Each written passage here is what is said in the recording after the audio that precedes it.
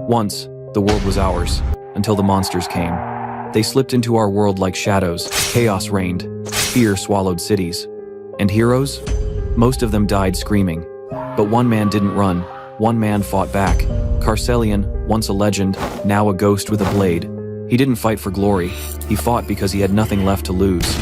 But fate wasn't done. Somewhere far away, on a blue planet called Earth, a dying boy made a wish. He didn't beg for life, he begged for his family's safety. And something inside Carcelian stirred. Carcelian was reborn, in a teenage body, on a new world, with one mission: protect the boy's family. Meet Carcelian, now known as Seo Dojun. No rules, no patience. He hunts monsters, breaks laws, and wrecks anyone dumb enough to stand in his way. But even gods have soft spots, and for this little sister, he'll burn the world down if he has to.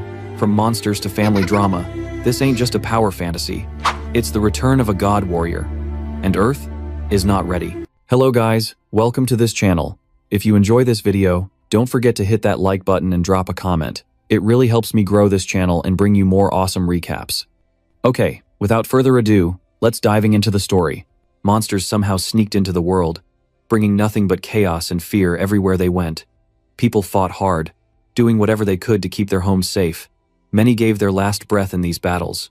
Among them stood Carcelian, a dude who used to be called a legendary warrior. He battled those monsters like he had nothing to lose. Year after year, he kept fighting, swinging his trusty blade, and dropping every creature in sight. Fear? Nah, that word meant nothing to him. Then, one wild day, Carcelian found himself face to face with a monster tougher than any he had ever seen. This monster is some kind of giant from Attack on Titan. That thing was no joke. That monster mocked him for giving up, because his world is gone already. He said it was a waste of talent, and asked him to become his sword. Carcelian said, "What a joke," from a fucker mouth. And he rushed in. The fight was straight up brutal, but in the end, Carcelian managed to take down his enemy. Even after all that though, he didn't make it out alive. He too lost his life right there on the battlefield. Fate though had a twisted sense of humor. Carcelian's soul drifted through endless blackness, where he bumped into a human boy from some far-off planet called Earth. The kid, named Seo Dojun, was on the edge of dying, though nobody knew exactly how he got there. Just before he died for real, the boy wanted to make a wish. Carcelian, tired of everything, just rolled his eyes and refused before even hearing what the kid wanted. He was tired, lost his country, lost his friends, and met his end like a stray dog. He didn't want to deal with any more nonsense. But Seo Dojun wasn't trying to be selfish. He was ready to die too, but he desperately wanted his family to be safe and happy. Finally, his sincerity broke through. Carcelian listened, and when the boy nervously asked for someone to take care of his family, Carcelian decided to help out. He agreed, and bam! Suddenly, Carcelian ended up on Earth, squeezing into the body of that teenage kid. Dude, I really want a blonde MC right now, but whatever, black hair it is. With a new face and new life, Carcelian's got one thing to do: take care of Seo Dojun's family. But his warrior vibes never faded. He quickly found himself trying to get into the Namsan Gate, a dangerous place ranked C. Only real-deal heroes with an official license could walk in. There was a machine there, annoyingly telling him to scan a card he didn't have. So what did he do? He just smashed his way inside like it was no big deal. That, obviously, set off alarms everywhere. Carcelian didn't care. He was there for monsters, not parties. Okay, since he became Dojun now, let's call him our goat Carcelian to Dojun. He walked through the gate, scanning for anything that even looked like trouble. That's when a group of real heroes spotted him. These guys had the right papers and everything. They looked him up and down, noticing he had on regular clothes and a bag that screamed, "Not a hero." They figured maybe he was just a lost porter, someone who helped out hero teams and usually wore simple gear. They decided to help him out, saying they'd show him the exit since they were on the way out too. But Dojun just stood there, super quiet, not wanting anyone's help. The heroes could already tell something was weird. He definitely didn't look like someone who belonged here. The leader guessed he must be one of those wannabes who watched too many hero television shows and thought monster hunting was as easy as it looked on screen. He warned Dojun that just barging in like that could get him killed, especially with no official training or paperwork. You had to start low, way lower than a C-rank gate, if you wanted to make it out alive. Rookie mistakes could cost a life in there. Dojun didn't want to hear these guys whining or dropping advice like he was 5. He made it clear he didn't need their help at all. That only made things more awkward. Some of the crew started getting mad. thinking they were just being nice, but the leader told them to chill. If this guy wanted to learn things the hard way, let him. Maybe he'd finally realize television makes fighting monsters look way easier than it actually is. Not too long after, Dojin ran into a monster. This wasn't just any beast, but a giant troll standing in his way, looking like it wanted a snack. The troll took a swing at him, but Dojin moved so fast the thing missed completely. A second later, he punched the troll with all his might, and the troll's head basically exploded. It was wild, just like a scene from some over-the-top superhero comic. With the danger gone, he started looting. First, he grabbed the sword the troll had dropped. Then, using his new weapon, he dug into the troll's body and pulled out a shiny stone. He knew it was only a low-grade magic stone, something he would have never picked up in his old life. But hey, he was broke and needed whatever he could get. Even trash like this can make money, right? Before he could even think about leaving, more monsters popped up. They saw what happened to the troll, and now rage filled their eyes. Dojin, never one to get scared, quickly chucked the magic stone so hard that it blew off another monster's head. The last two beasts charged at him like they had nothing to lose, and he was happy to knock them down too. Free money, I guess. While Dojin was cleaning up, things switched over to the hero group he'd met before. They were still marching through the gate, talking about that weird encounter with the boy. The orange-haired woman felt kind of worried for Dojin, afraid the kid would end up as another dead body in the gate. But the leader shook his head, saying there was no way something that crazy would happen. If the guy really didn't belong there, agents from the control center would pick him up and drag him out. Better yet, all those agents were strong, B rank or even tougher, so they could handle anything that popped up. And since Namsan Gate was only C rank, the leader said Dojin would be totally safe. That is, as long as he didn't go charging at monsters like some maniac. One of the other team members, the balding one, agreed. He figured the cocky kid from earlier was probably just hiding somewhere, shaking in his shoes, waiting for those strong agents to swoop in and save his ass. But out there in Namsan Gate, the reality was the total opposite. Dojin wasn't scared. Like hell, this damned weakling-ass monster like a troll could scare him. As far as he was concerned, this was just another day bashing monsters, no matter what world he ended up in or whose body he wore. All it took was one punch, and his enemies were dead. Well, Saitama awakening, I guess. The ugly troll couldn't even get close to Dojin, let alone hit him with their heavy swords. At one point, Dojin appeared behind one clueless monster and kicked him so hard that his whole head exploded. With all the monsters knocked out, Dojin grabbed one of their swords and started digging out shiny magic stones from their bodies. He filled his bag with as many as he could, but he wasn't excited about it. All those gems were low level and hardly worth anything. Today's hunt kind of felt like carrying dead weight. Right then, one of the gate agents finally noticed him. The agent quickly called over his co-workers. Before Dojin even had a chance to decide what to do, some men in suits turned up, looking super serious and blocking his way. They explained they were with the gate control center and asked Dojin to show his hero ID. If he couldn't show it, they said, he'd have to follow them back for questioning. Dojin stood there, not sure what to do, making the agent even more nervous. The lead guy started speaking colder, telling Dojin he must cooperate and follow the correct process. Dojin just got super annoyed by all the drama, feeling like these guys were slowing him down for no reason. But honestly, he was getting too tired to argue, so he just turned away, ready to leave. The agents weren't having it. They warned him about handcuffs and said they would use force if he didn't do what they said. One grumpy agent reached out, grabbed Dojin's arm tight, and said that if things got rough, Dojin would be the one to blame. It would be better for everyone, the guy suggested, to just talk it out and go peacefully instead of starting a brawl. This stupid officer is too dumb. Can he see all those dead trolls near them? They thought our boy was just some weakling? Of course Dojin looked done with these dudes. He grabbed the agent's hand back and told him, very clearly, to quit sticking his nose where it didn't belong. Hearing this, the nervous agent suddenly got super scared, feeling shivers all over. The two other agents pulled out these glowing batons. They were magic batons for fighting monsters and could knock out an orc, but probably not our goat Dojin. He wasn't scared at all. He twisted the first agent's arm hard, making the poor guy whine and squirm. He gave his final warning. The three agents should go home now if they didn't want to lose even more face. Of course, the agents couldn't just quit.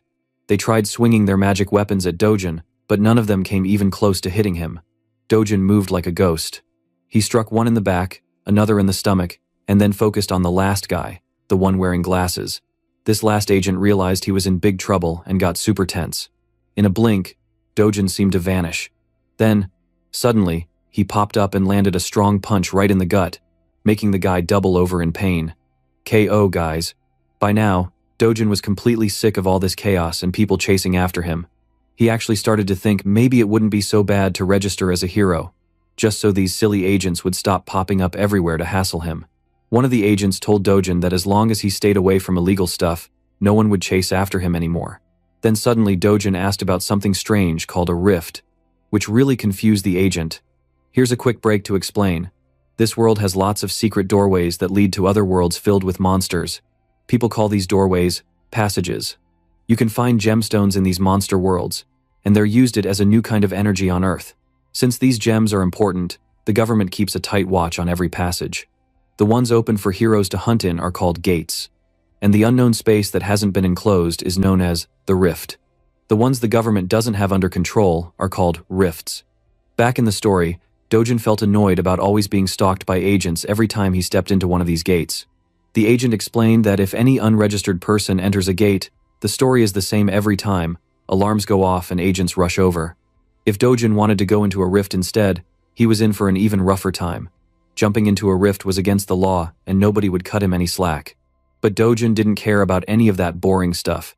He just grabbed the agent by the face and tossed him aside like a bag of garbage. The agent really regretted not calling for backup now, realizing this was way beyond his pay grade. Lying on the ground with what was probably a busted arm, the agent kept yelling that he was going to catch Dojin and see him behind bars. The scene changed again to the Hero Complex, a super busy place in Seoul's district. These days, the place was full of people buying and selling gems and monster loot.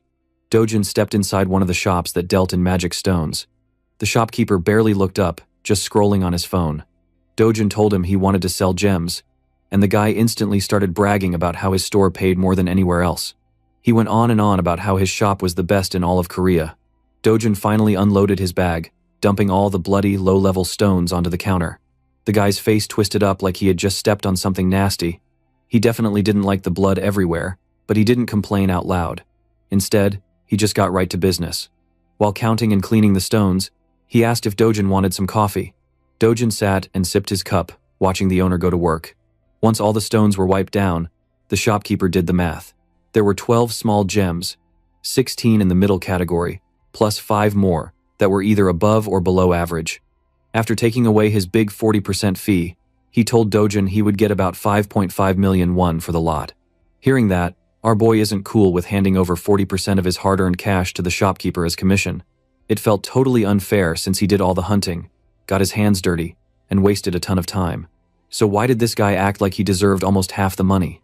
The shopkeeper, on the other hand, acted like 40% was a great deal.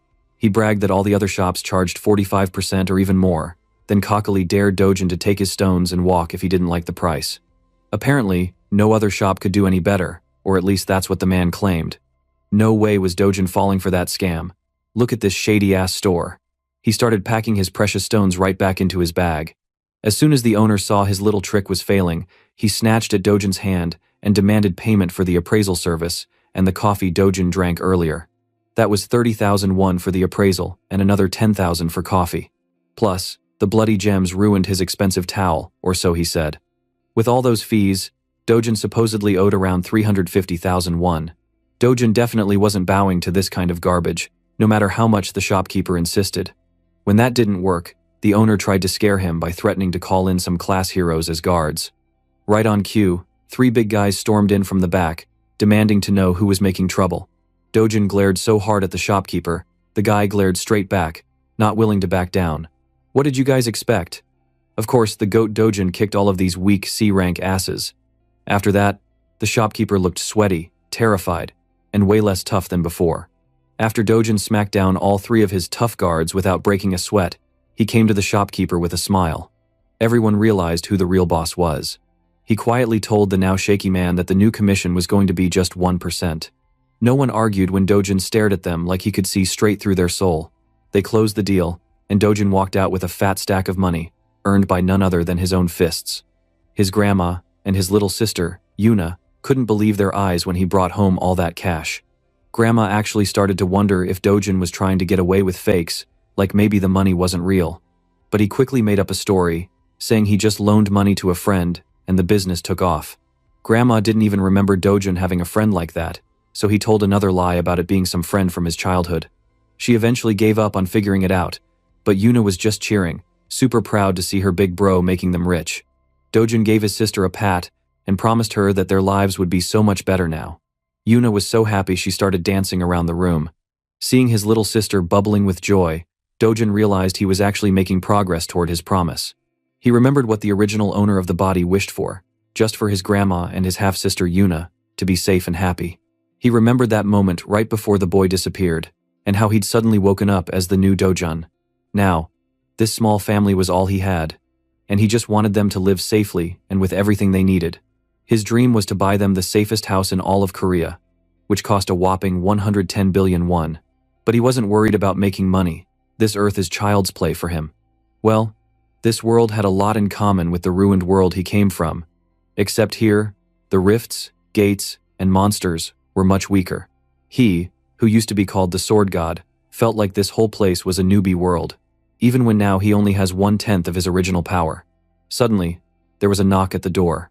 Someone wanted to talk to Dojin. He got up to answer and saw 2 thugs waiting outside.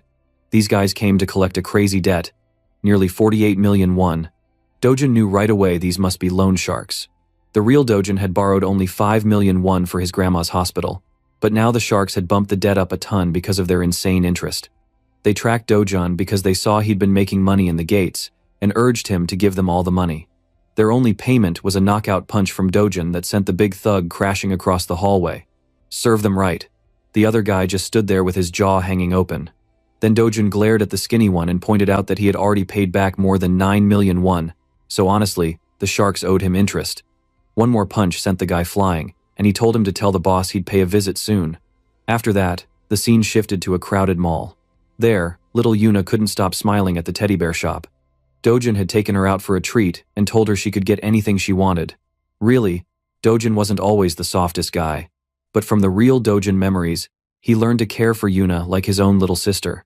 It warmed his heart remembering how sweetly the real Dojin treated her. He just hoped to keep doing the same, giving her as much kindness and love as he could. Yuna finally picked out the small, cute bunny she wanted, making sure not to be greedy. But Dojin picked an even bigger stuffed animal for her, encouraging her to choose whatever made her happy. Money wasn't a problem anymore. After the shopping spree, the brother and sister treated themselves to some delicious food, celebrating a better life together. As Dojin and Yuna enjoyed their food, a strange voice called out his name. They looked up to see a middle-aged woman walking over, followed by a bunch of bodyguards. This was Mina, and she definitely didn't come with peace. Right away, she started dragging Dojin down, picking on his outfit and mocking him about Yuna next to him. She went as far as insulting Dojin's family, joking that maybe Dojin did the same thing as his mom, had a child too young. Her words made Dojin super angry inside, but his little sister Yuna just sat there confused, not understanding why this random lady was being so mean. Mina then turned her attention to Yuna and asked her name. When Yuna said who she was, Mina realized she was Dojin's little sister. The woman didn't stop there. She even called Yuna's clothes a mess and made rude comments about their mother who had already passed away. All these mean words made Dojin even more furious, but for some reason he still kept cool and didn't start a fight. Even Mina was surprised to see Dojin control his anger so well and not react to her insults. Still, she wanted to push even further. She even asked Yuna if she knew what harlot meant. What a bitch. That was just too much. Thankfully, that's when Dojin had enough. He shot back and called Mina an ugly woman from an orc tribe. Well, I agree, guys. She is so ugly in and out. Hearing that, Mina was so surprised that she just froze and stared without saying a word. Okay, here's some background on why Dojin was even trying to hold back with this lady. The original Dojin was born outside of marriage and spent most of his childhood poor. His mom died when he was just 7, so he barely made it into his real dad's house. But after his dad got remarried and had a new son, Dojin got shut out completely. He wasn't treated as family at all, and things only got worse until he was kicked out completely. He could only count on his half-sister, living at his grandma's house. Thinking back, he felt sorry for the original Dojin. Even with all that pain, the boy had always tried to smile. Now, Dojin wanted to change everything about that old, broken life. It turns out, Mina is actually his stepsister. That's why he had tried so hard to ignore her at first. But he wasn't going to put up with her anymore. To Dojin, she was still as gross and mean as ever, acting dumb and rude, and always bossing people around. He told her off. saying she just made fun of others because she felt small herself. She was obsessed with looks and money, and all she could do was try to pull other people down so she'd feel better. As Dojin let his anger loose, the whole shopping mall started to watch them. Everyone stared while Mina looked ready to explode, but then someone else appeared. Dojin's stepmother, Chairman Hiju, arrived.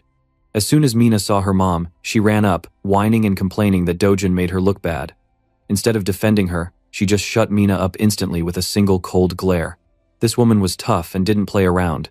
Then Chairman Hiju turned to Dojin, fake smile and all, and invited him to come back to their house to spend time together. Dojin knew better than to believe her. That woman is a real fucking snake. She was the one who had hurt him the most, making his life miserable for 12 long years. Now, just hearing her fake kindness made him want to puke at her face. He looked her in the eyes and, with the iciest voice, told her that she was disgusting and asked her to get fucking lost. That was a blow to her pride. She was shocked to have Dojin talk back like that, but instead of making a scene, she just turned around and walked away with the last bit of her dignity. She wasn't used to this version of Dojin, the one who stood up for himself instead of bowing his head in silence. Mina hurried after her, throwing one last pity party, while the bodyguards simply followed these two women like silent statues. Dojin stood there, knowing the whole drama had ruined his fun day with Yuna. But this was all on purpose. He wanted to be clear that the boy who used to stay quiet and never speak up was gone. It was time his stepfamily got a wake-up call and saw that he had changed for good. Somewhere else, a fancy Mercedes zoomed down the street with Chairman Hiju and Mina inside. Mina was still fuming, scolding her mom for not fighting back with Dojin. She called Dojin all sorts of names and complained about being made to look bad in front of everyone. Chairman Hiju turned to her driver, Manager Lee, and snapped, asking why Dojin was still alive. Manager Lee had no idea. Everything said Dojin shouldn't have survived before. He nervously promised to check again and make sure next time their plan would work for real.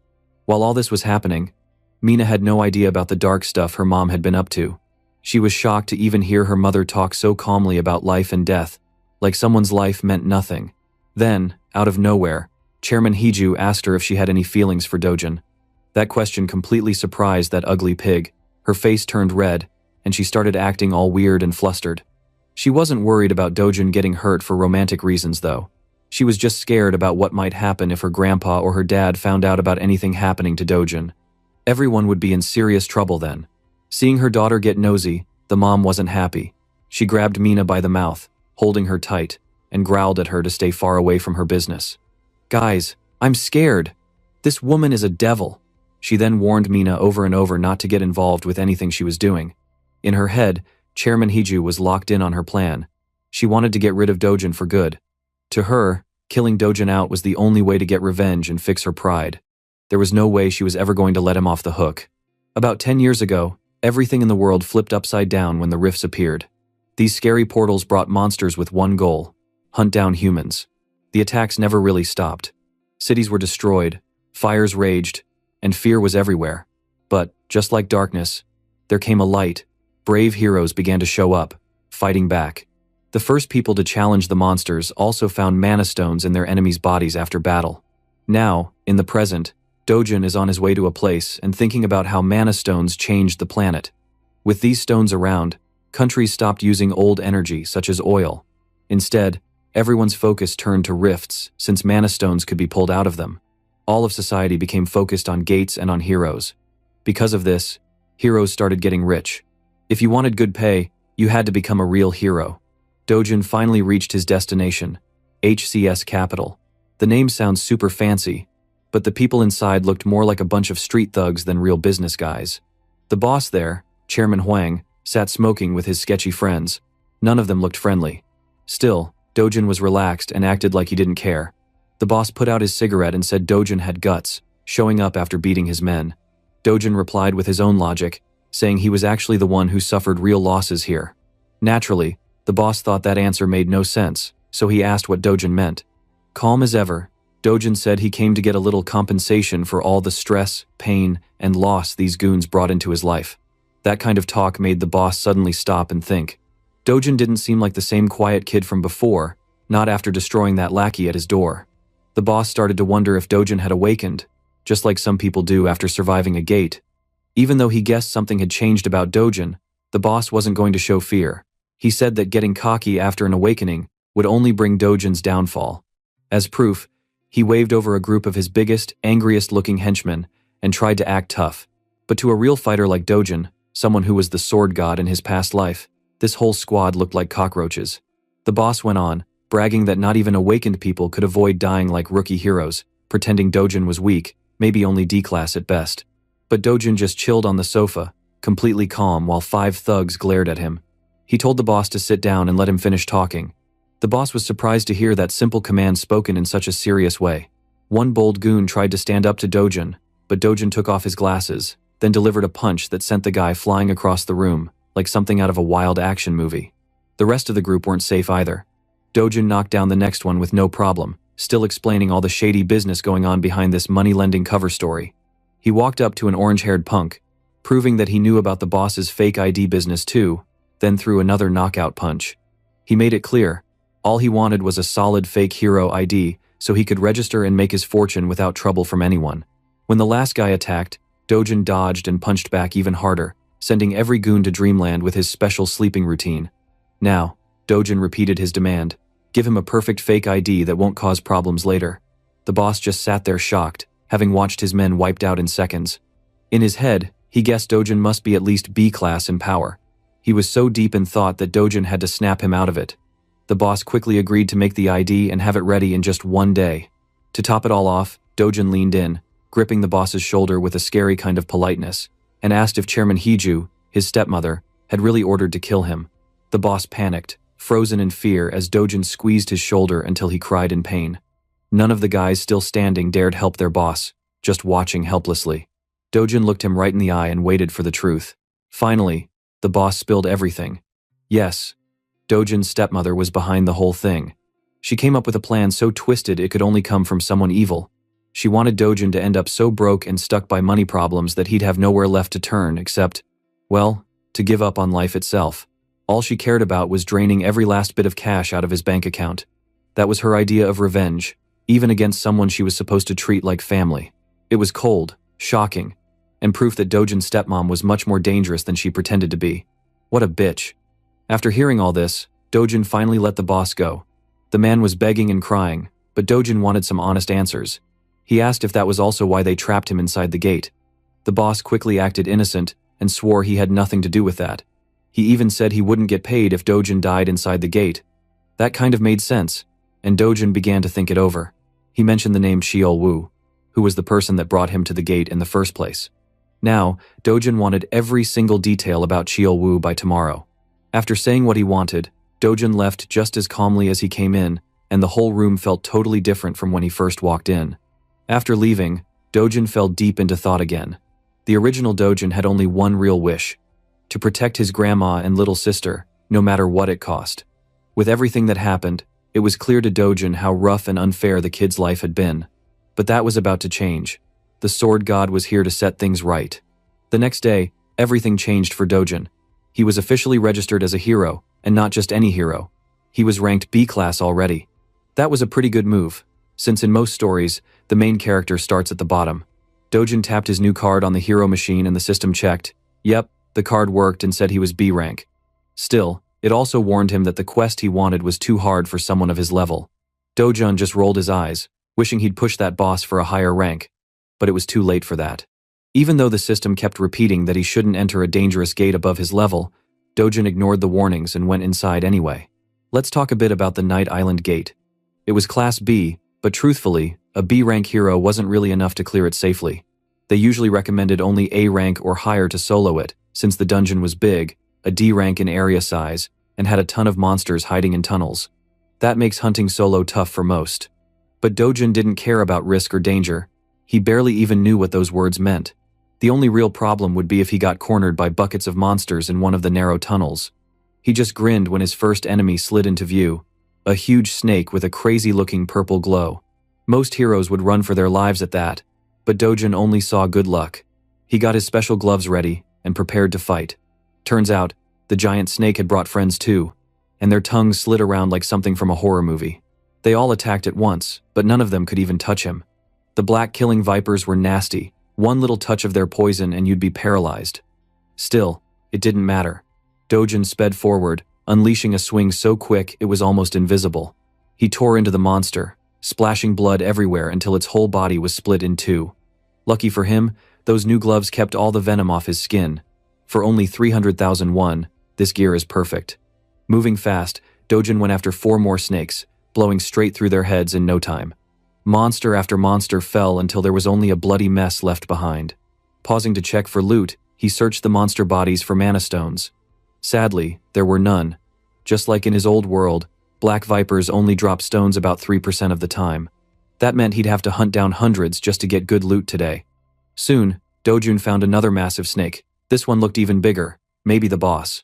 He joked to himself about asking it if it was the main boss, but obviously, snakes don't talk back. At least now he knew he wouldn't get lost in these tunnels. Not wanting to waste time, Dojun aimed to end the fight fast and get out.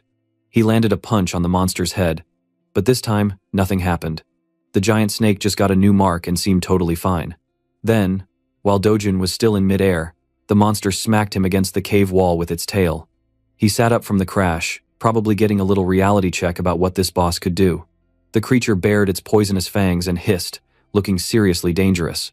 Well, kind of like someone's girlfriend when she's hungry. I bet it looks like the girlfriend of my awesome subscriber named the Cat Seeking Freedom. Back to the story. The monster shot forward to bite Dojin, but he dodged just in time. Using the speed from his dodge, he slammed another punch into the monster, leaving more cracks in its hard, scaly shell. Now it was clear, this boss had armor way tougher than normal snakes. At his new B rank level, Dojin couldn't even break through in one hit. For the first time, he realized he might need a different strategy. If he still had his original sword god strength, he would have turned this beast to dust already. But right now, he'd have to outthink it and go all out to win. Then, as Dojin looked around, he saw something interesting. The sword of a fallen hero who had tried and failed to beat the boss before. This was the moment to show why he was called the sword god instead of the fist god. Even though the blade was totally beat up and looked barely usable, Dojun picked it up, knowing that a sword is only as strong as the person holding it. With that thought in mind, he held the sword tight and walked straight toward the giant snake monster. The creature rushed at him at wild speed, trying to crush him again. Dojun leaped high into the air, feeling proud as he said the monster should feel honored to get finished by his sword skills.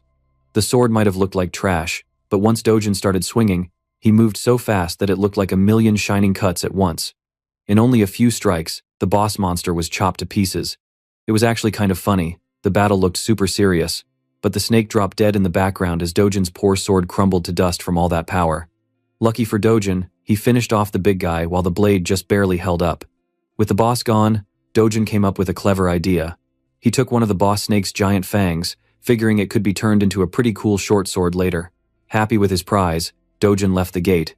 By the time he walked outside, the sky was filled with stars. He ended up spending way more time in that B-rank gate than planned, but beating the boss just made him more determined to get all his strength back one day. At least his old friends weren't there to see him at this not-so-great level. After his hunt, Dojin went to sell his magic stones. In the store, a well-known veteran hero showed up to sell a big bag of magic stones too. The shopkeeper behind the counter treated the hero badly, saying the commission fee was still 40%. Even the hero thought that was unfair and said so, claiming he was a regular here. But just like with Dojin, the shopkeeper started bragging that their shop actually had the lowest rate of all stores, though he admitted the gate center also charged a flat 5% before taxes. To him, this 40% was somehow a good deal, or at least that's what he kept saying. The veteran hero took his cash with only a little grumbling, and even asked if the shopkeeper was okay after seeing the bruises on his face. The guy just made up a story, saying some crazy guy beat up his guards and left his face looking like that. The veteran hero suggested it was his own fault for hiring weak guards at a C-rank store, pointing out that rank doesn't always tell the true story. Skills matter way more. Heroes who fight in the field are nothing like security guards who just sit around all day. The ranking system is there for a reason, but the experienced hero knew there was a big difference in strength between people at the same rank. Still, the shopkeeper clearly didn't care about the lecture and just wanted the man to leave. The veteran hero said his goodbyes, even offering to help if the shopkeeper ever needed anything. Just as the veteran hero was leaving, Dojin walked in, cold and silent as ever. The shopkeeper freaked out, pointing right at him and shouting that he was the psychopath who had beat him up and made the shop a mess. The veteran hero turned to look at Dojin, instantly curious. He noticed Dojin was pretty lean but strong-looking, and after hearing all the fuss, he wondered if Dojin really was the guy who fought off those guards. Ready for a fight, He asked if Dojin was the troublemaker everyone was talking about. One thing about the veteran hero, he didn't get annoyed just because of a rumor. He actually believed it was wrong for any hero to push around regular people with their powers, even if he didn't know the whole story yet. The shopkeeper enjoyed stirring up trouble too, knowing the veteran hero had a lot of respect in their world and could easily get Dojin's name out to people if things turned ugly. But Dojin was ready for any drama. He just told the boomer hero to leave him alone, which only made the man angrier. Dojin then asked if the veteran hero was planning to fight over revenge, which made the guy reconsider. With all his experience, the veteran hero knew fighting between heroes was even more dangerous than fighting monsters. Someone usually ended up seriously hurt or dead. Remembering this, he backed off, cooling down and leaving without making a scene. Well, at least he was smart enough. That left the shopkeeper speechless and kind of thrown off by how quickly things settled down. Now it was Dojin's turn to face the shopkeeper, who seemed nervous. Before the guy could whine, Dojin tossed a heavy bag of magic stones on the counter, all high-level ones too. This had the shopkeeper sweating, staring at the loot and wondering who the heck this cold, mysterious guy really was. After crunching the numbers, the total turned out to be a fat 150 million won. That sounded like a lot, but to Dojin, it felt almost too small for the amount of hard work he put in today. When the shopkeeper started talking about the commission, Dojin gave him a scary look, but then remembered their new deal was only 1%. Feeling better, he relaxed and told the guy to just finish up and hand over the rest of his cash. Inside his head, the shopkeeper was so mad he wanted to punch Dojin for having the guts to ask for so much money. But of course, that was just in his dreams. In reality, there was no way he could actually do that. Trying to keep things by the book, the shopkeeper explained that for an amount this big, he needed upper management's approval. Dojin didn't want to waste any time and told him to get the approval right now. The shopkeeper quickly called his boss, speaking in a low, nervous voice about the huge payout. Before the deal finished, Dojin snatched the phone away and talked straight to the boss himself, telling him to hurry up and approve the cash. The boss agreed but wanted the phone back in his worker's hand. Instead, Dojin, whether by accident or on purpose, tossed the phone so hard it smashed into the wall. The appraiser stared at his broken phone in shock as Dojin calmly told him to get the money ready now. So, the shopkeeper found himself stuffing bags with piles of cash for Dojin. By the end, he was left totally defeated after being pushed around and ordered like that. Maybe you'd feel sorry for him, but honestly, this guy is always scamming heroes by taking almost half their money when they risk their lives fighting monsters, so he isn't really the good guy here. About 10 minutes later, the boss rushed into the store, looking super angry that his worker wasn't answering the phone. It was pretty funny, because just then, the shopkeeper gave up on everything and quit right on the spot. The boss looked around and noticed his worker's phone smashed, quickly realizing what had happened. He pulled out his own phone and made a call to someone named Juyan, asking her to come right away. Juyan was a famous young hero with really cool purplish pink hair. She was so popular that people crowded around her, shouting her name and treating her like a superstar when she showed up. Wearing a stylish outfit, she turned everyone's heads. The truth is, she was the niece of the boss, and she walked in, smiled at the shopkeeper, and calmly said she was there as her uncle asked, to deal with a crazy hero causing trouble. Sitting down, this cool S-rank hero waited to find out what happened. Meanwhile, Dojin was outside, sitting under the sun and meditating. Wow, what the fuck, our boy is so ripped like John Cena. Even though Dojin had spent a whole day hunting, he wasn't exactly happy with his rewards. He started to worry about how long it would take to get strong enough to clear the most dangerous gates by himself.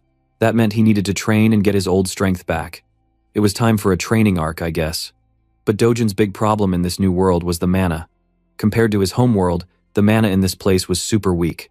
That meant no matter how hard he trained, it would take at least 3 years before he got close to his old power. He could get better equipment, but even the cheapest sword cost millions, so he didn't want to waste money. Suddenly, Dojin felt a scary chill. He sensed something very dangerous closing in. His eyes quickly found Yuna, and he grabbed her, telling everyone to get inside right away. Once indoors, he slammed the door and locked everything. Grandma shouted, scared and demanding to know what was happening. The house shook with a loud boom, and Grandma panicked, thinking it was an earthquake, while little Yuna looked terrified. But Dojin knew the truth. This was not some earthquake, something else was happening. He can feel it, this kind of sensation. He felt the wild, sharp energy outside, and voila, a rift had appeared, and it opened right over their home. This author doesn't have enough creativity. Dojin then told his family to stay inside and not come out, warning them how dangerous the outside world was at that moment. Then, faster than anyone could react, he ran to the rift's entrance. The last thing he heard was his grandma and Yuna screaming his name as he rushed in. At the same time, the Soul Hero Association was thrown into crisis mode by the sudden appearance of a rift right at the center of Mappo. It had been 63 days since the last one showed up. Knowing the White Lion Guild was closest, the manager ordered staff to warn them and contact all nearby heroes immediately. When they saw the exact location was a regular house, it became clear this was a problem. If a normal person entered a rift, they'd probably never come back out, and the rift would lock behind them. If that person died, then 10 days later, a giant wave of monsters would break out and destroy the city.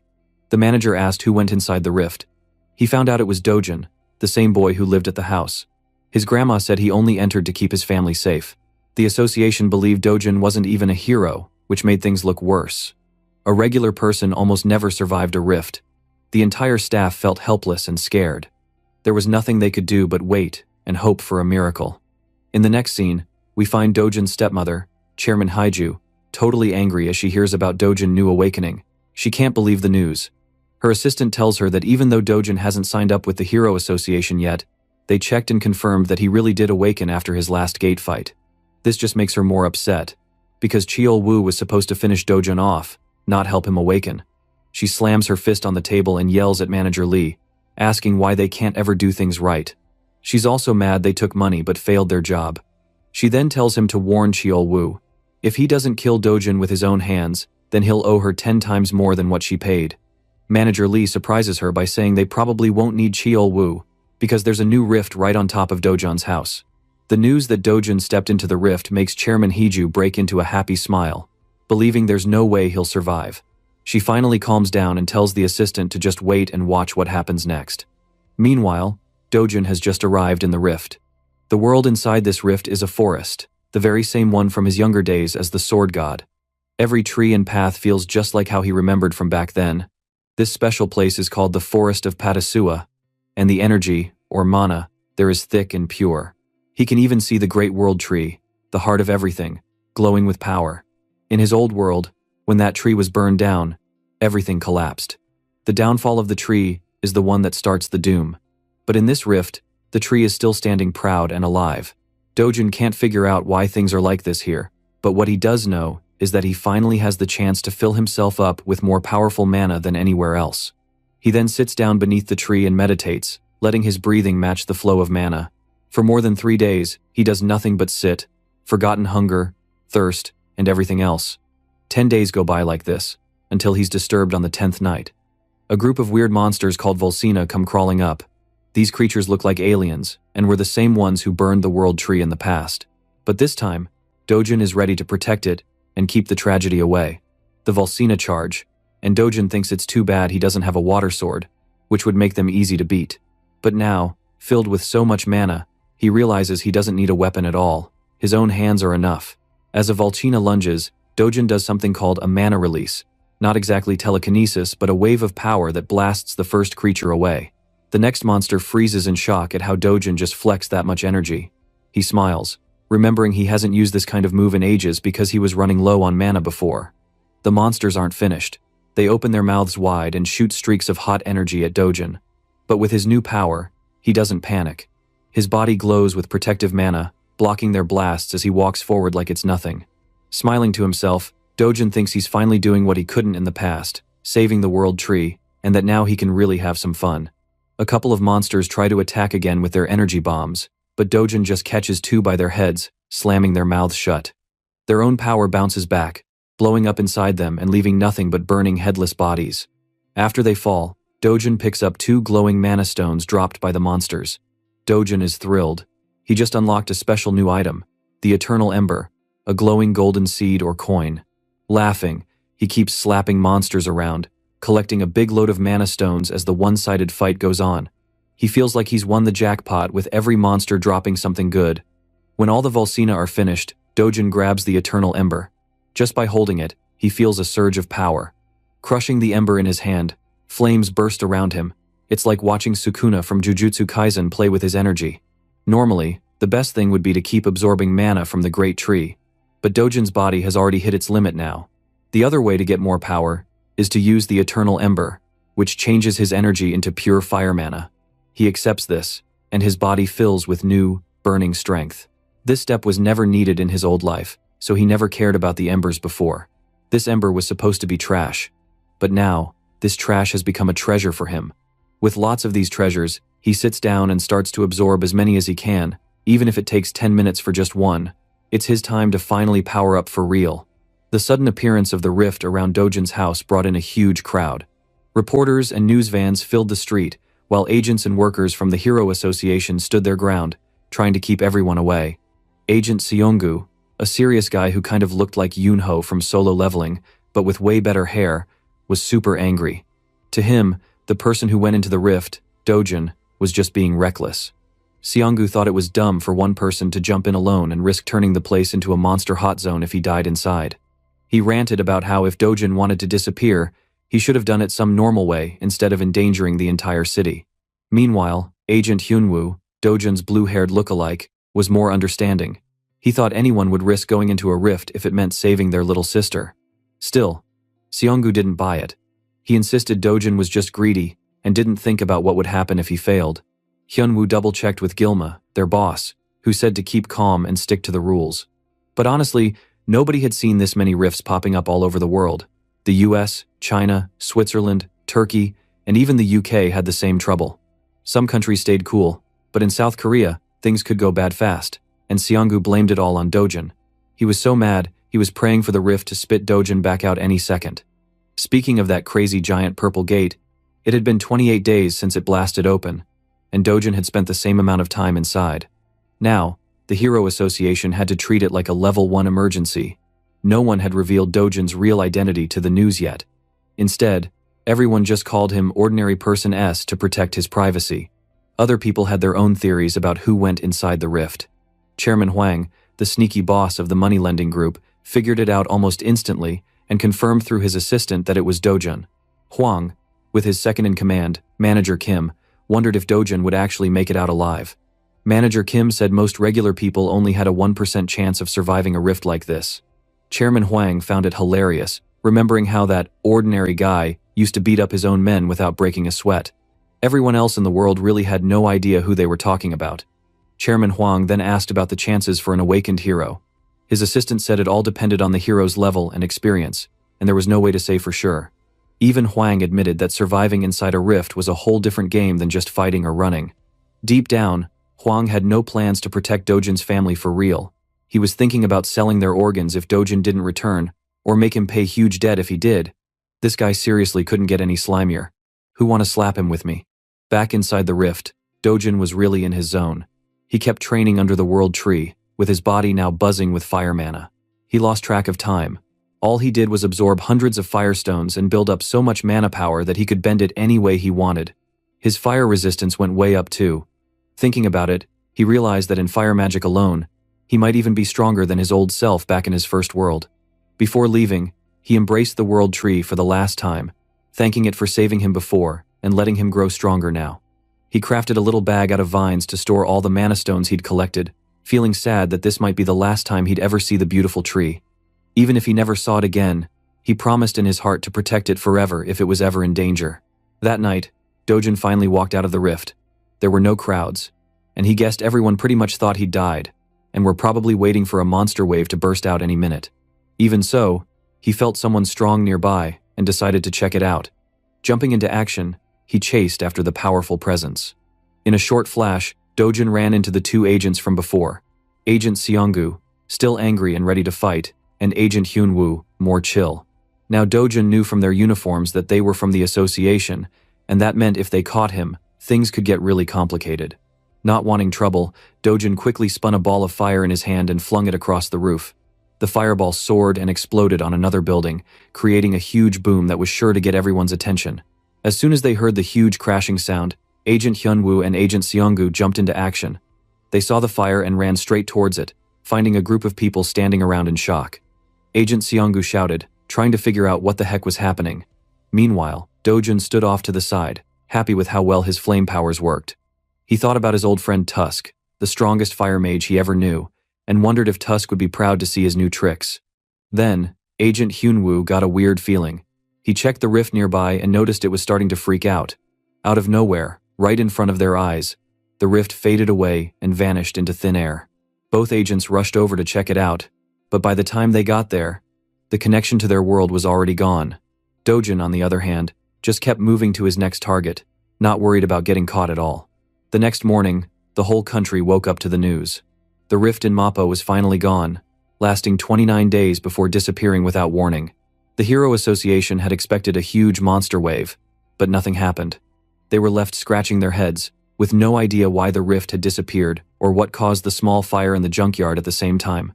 Most people thought Dojin was dead and blamed him for the chaos. In reality, Dojin was hiding nearby, listening to all their wild guesses. He saw that some people actually felt sorry for the kid who died, saving others.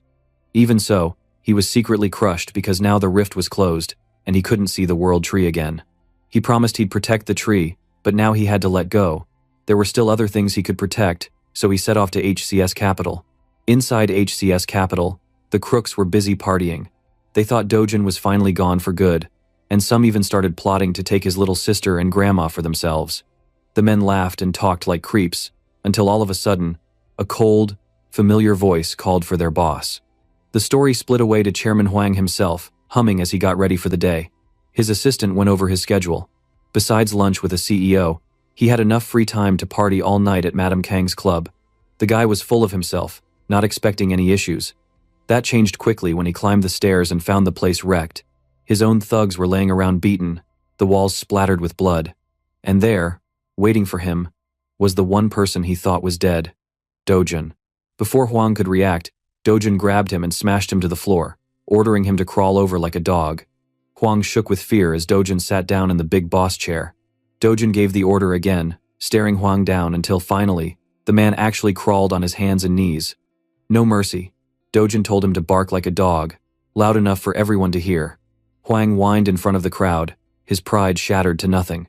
But Dojin wasn't finished. He made him bark again and again until he seemed less like a boss and more like an animal, just like how he always treated people below him.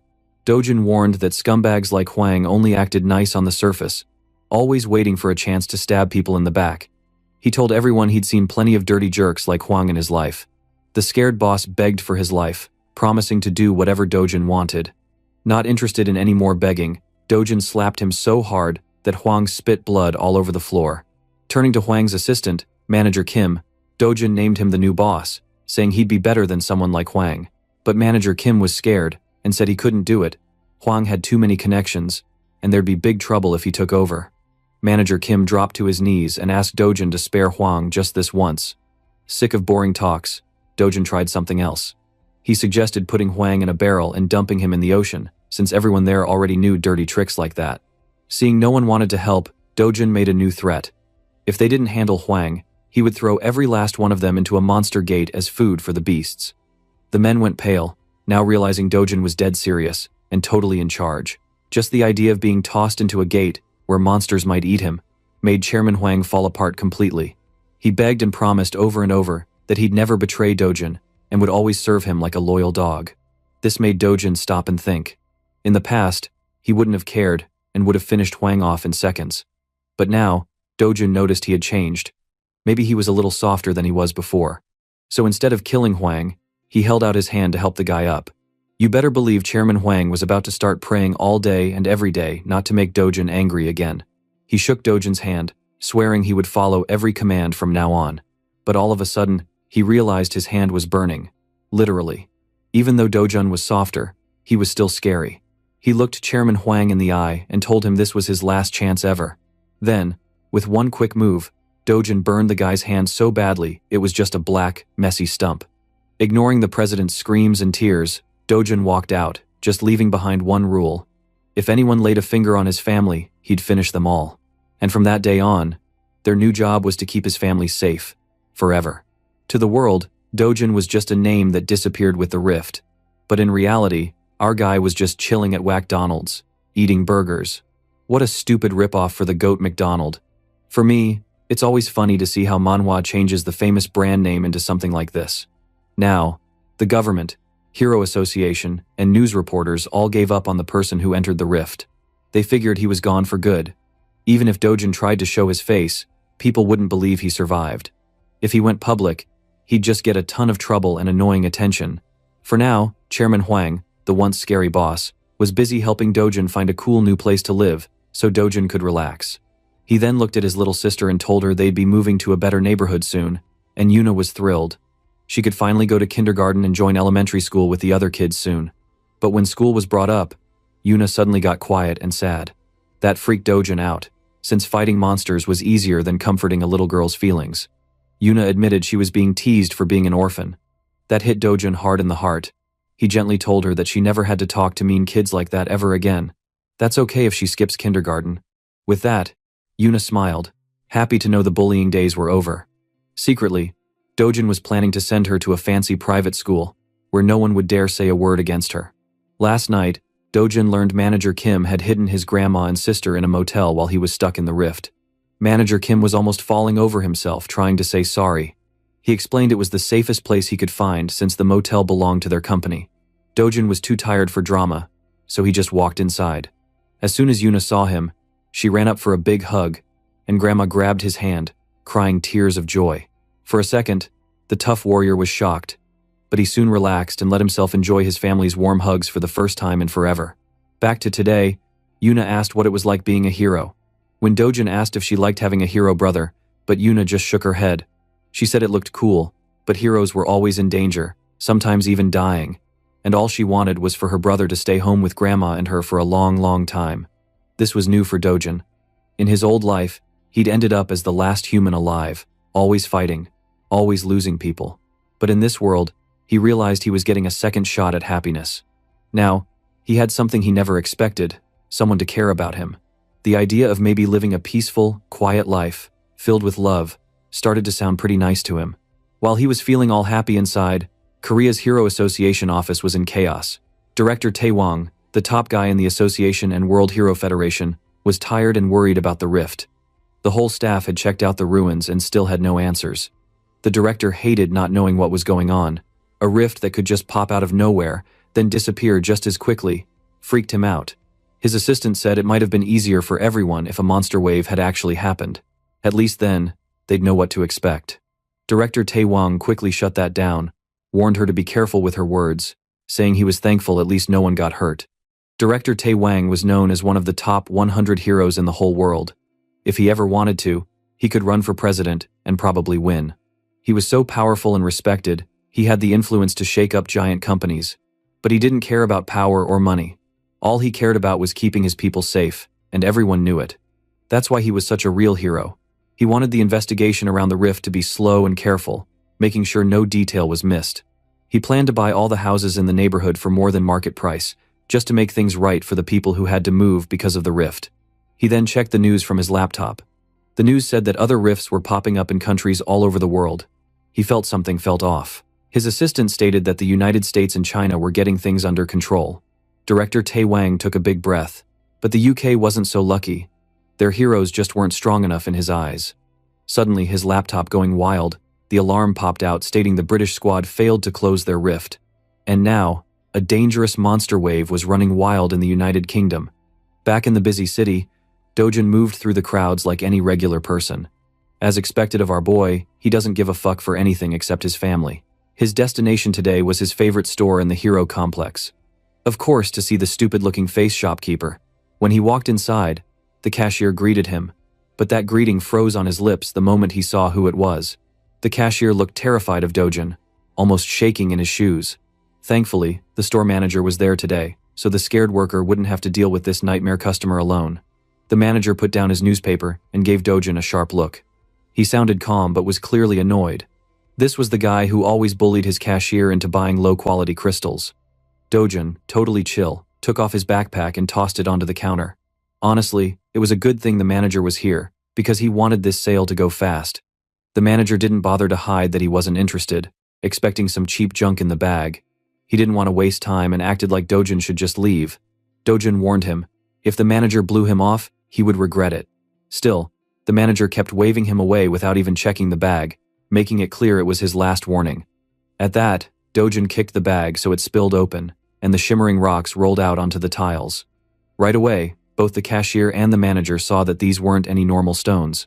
The bag was full of Hero's magic crystals, super rare treasures worth a fortune. Dojin knew exactly how valuable they were. These were the real deal. There was a crazy story behind them too. A famous Mexican drug boss named Querzaman used these crystals to make a new kind of drug. One night, there was a lab accident, and he ended up turning into a powerful hero thanks to the crystals. After that, Hero's magic crystals became priceless. Heroes wanted them for awakening in pure mana power. Now, everyone wanted these legendary stones, but barely anyone could ever get them. As a power move, Dojin told them to go ahead and pack his stuff back up. He acted like he was leaving, but the manager changed his tune real fast. He became a clown.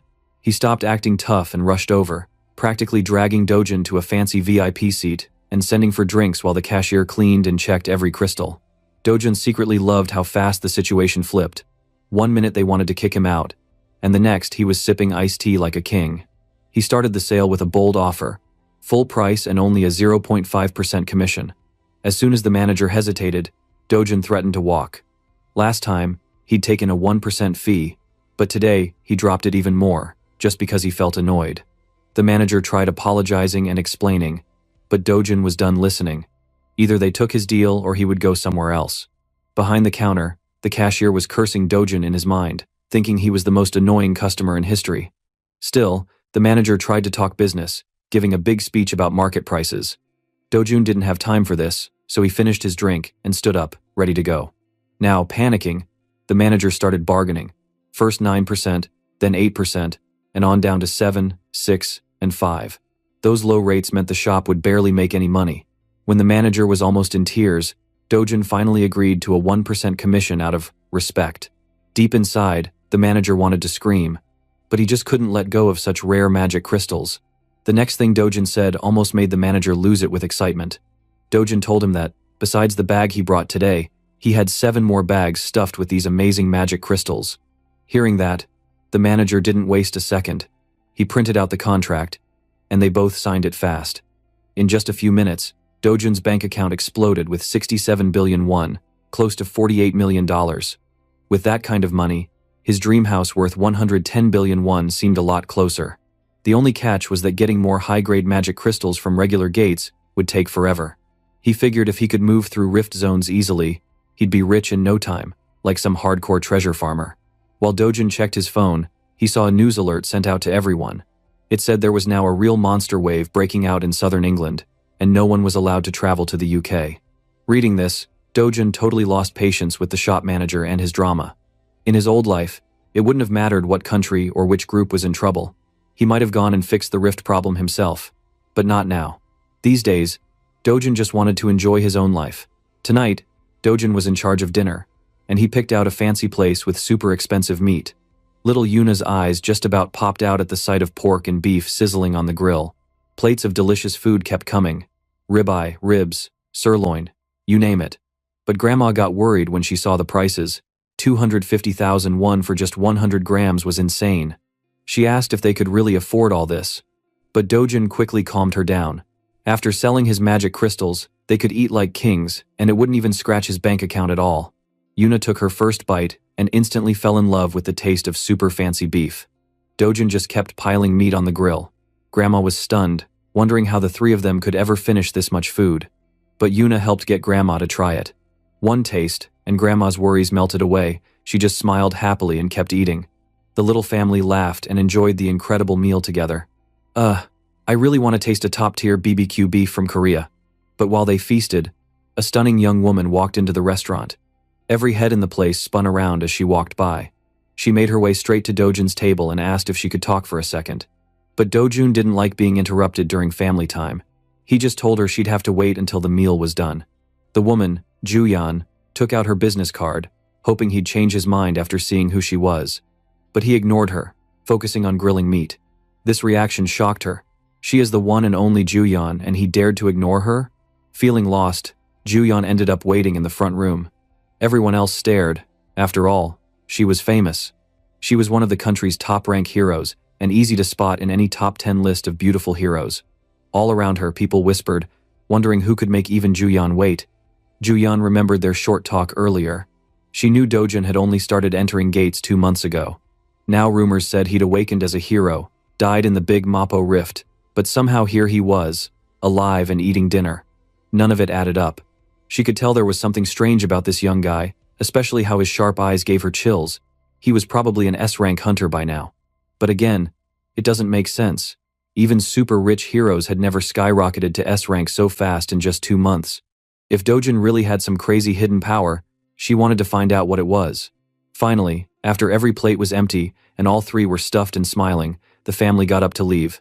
Juyeon moved over to speak with Dojin. But right then, another person strolled into the restaurant like he owned the place. Dojin's face turned hard when he saw him. It was Cheol-woo, the creepy guy who doomed Dojin to a gate before, and clearly didn't expect to see him walking around. He asked how the hell Dojin crawled out from the gate he prepared before. He comes to Dojin and asks if he is some kind of cockroach because it's hard to kill him. Even Juyeon seemed to know Cheol-woo was a fucking trouble with just one look. The air in the restaurant got thick with tension. Cheol-woo sneered and mocked him, but Dojin paid him no mind. Instead, Dojin called Juyeon over and asked her to get his family a taxi and make sure they got home safely. He told her he had some business to settle with a certain mutt. Thankfully, Juyeon was smart. She nodded, took Grandma and Yuna outside, and waited as the taxi drove away, though everyone could see they were worried. As soon as Dojin family left in the taxi, the restaurant filled with a loud, sharp slap. With his grandma and little sister safe, Dojin could finally drop his nice guy act and show Cheol-woo who the real boss is. He moved so fast that Cheol-woo didn't even see it coming. He just felt his face sting like crazy. Cheol-woo got super embarrassed and tried to fight back. A server rushed over, scared that heroes would start wrecking the whole place. But instead of calming down, things got even rougher. Luckily, no one else got badly hurt, and Dojin told everyone to clear out for their own safety. Cheol-woo was super easy to mess with.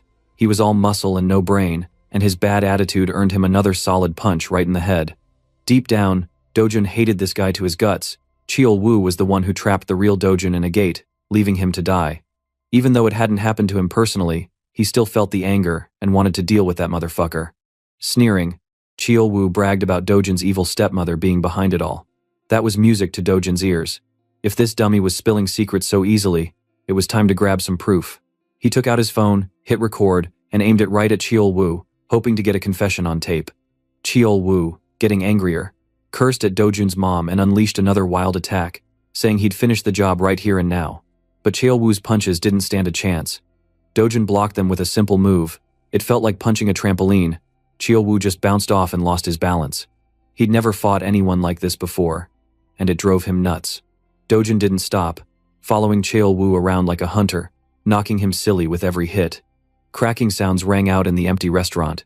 The server from before grabbed her phone in a panic, trying to call the police, but Juyeon stepped in, gently taking the phone and smiling. She promised to handle things, and the server, just relieved, trusted her. While all this was happening, Cheol-woo got slapped, punched, and beat down so hard he didn't stand a chance. This is really enjoyable to me. Juyeon, watching, knew that Cheol-woo was a B-rank hero. Normally, he would have been a tough fight for almost anyone, but Dojin was making it look easy, like he was on a whole different level. She was sure this time Dojin is more than a rank. Even so, it seemed too easy. Juyeon finally spoke up, asking Dojin to stop before Cheol-woo ended up dead. Dojin listened, dropped Cheol-woo's limp body, and wiped his hands clean. Curious, Juyeon asked how much he knew about Cheol-woo. Dojin didn't know everything, but he knew enough to get payback. She warned him that Cheol-woo was connected to Kang Yongpyo, an S-rank hero and a very dangerous man. Dojin just shrugged. It wasn't news to him, and he wasn't worried at all. Juyeon thought he was absolutely wild. Nobody else would just ignore a threat from an S-ranker. She explained that Yongpyo protected his crazy cousin, Cheol-woo, and would want revenge for this beating. Like he fucking care, Dojin said again that didn't care. He was more annoyed that Juyeon knew so much about his business. Even after punching Cheol-woo away, now this new girl suddenly annoys him so much.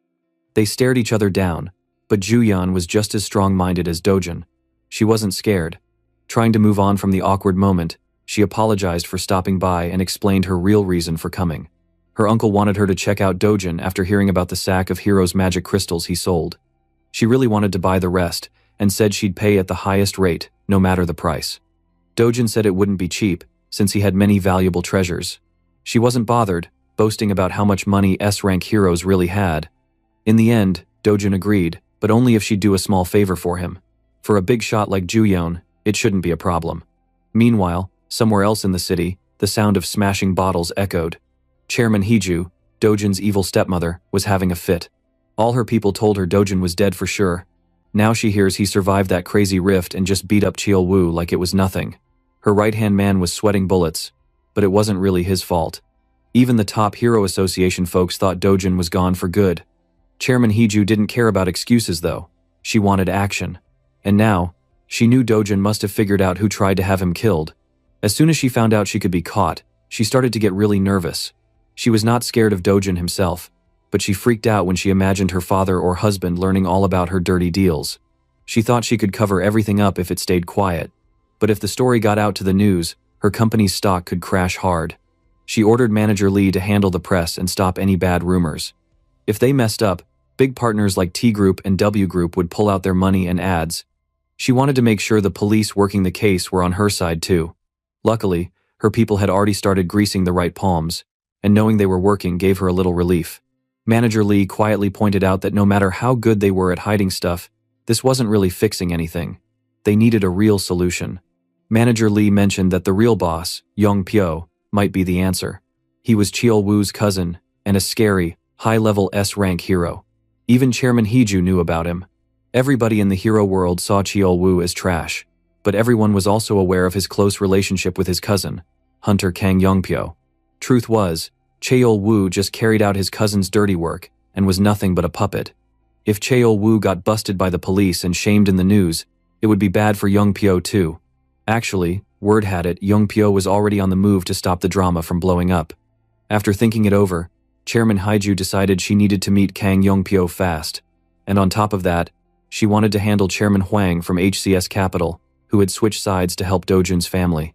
For that, she demanded someone call a prosecutor in less than a minute.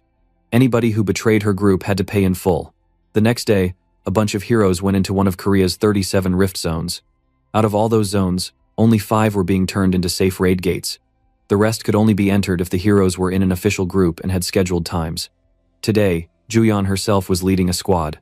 As an S-ranker, she could go in and out of almost any gate whenever she wanted. In this group, loaded with fancy gear and sharp weapons, one guy stood out, a young man wearing a raggedy old hoodie. Who else if it's not our boy Dojin? The other was the one she had picked to tag along. They are from Cleom Guild, an A-rank squad, supposedly for helping her hunt today. One girl, Jong In-ju in that guild, was excited to tag along with a real S-rank, since that almost never happened. Juyeon just laughed it off and told them she wanted to have fun and loosen up. Secretly, she arranged things so Dojin could join. He needed to get into the hard rift zone, and that was the ticket. Dojin only agreed to sell the rest of his hero magic crystals to Juyeon if she let him enter the high-level rift. He just wanted to make more cash by fighting strong monsters and grabbing treasure other people couldn't reach. Sure, rift zones were full of danger, but for a guy like him, it was worth it. Juyeon didn't mind. She was all about getting those crystals. Soon, the group walked through a gloomy tunnel before stepping out into a bright forest. Guildmaster In-ju couldn't stop wondering about the mysterious guy following their party. She kept poking Juyeon, fishing for the real story. Everyone thought Dojin might be Juyeon's secret boyfriend, since nobody had ever seen the queen owe someone a favor before. Juyeon finally told a half-truth, admitting she owed him, but no one bought it completely. No one expected to hear an S-rank hero had a mysterious debt, either. While the group gossiped, a giant shadow suddenly blocked out the sun. Everyone stopped and looked up. There it was. A massive cockatrice flying overhead. The Cleom Guild snapped into action, pulling out weapons and taking battle stances.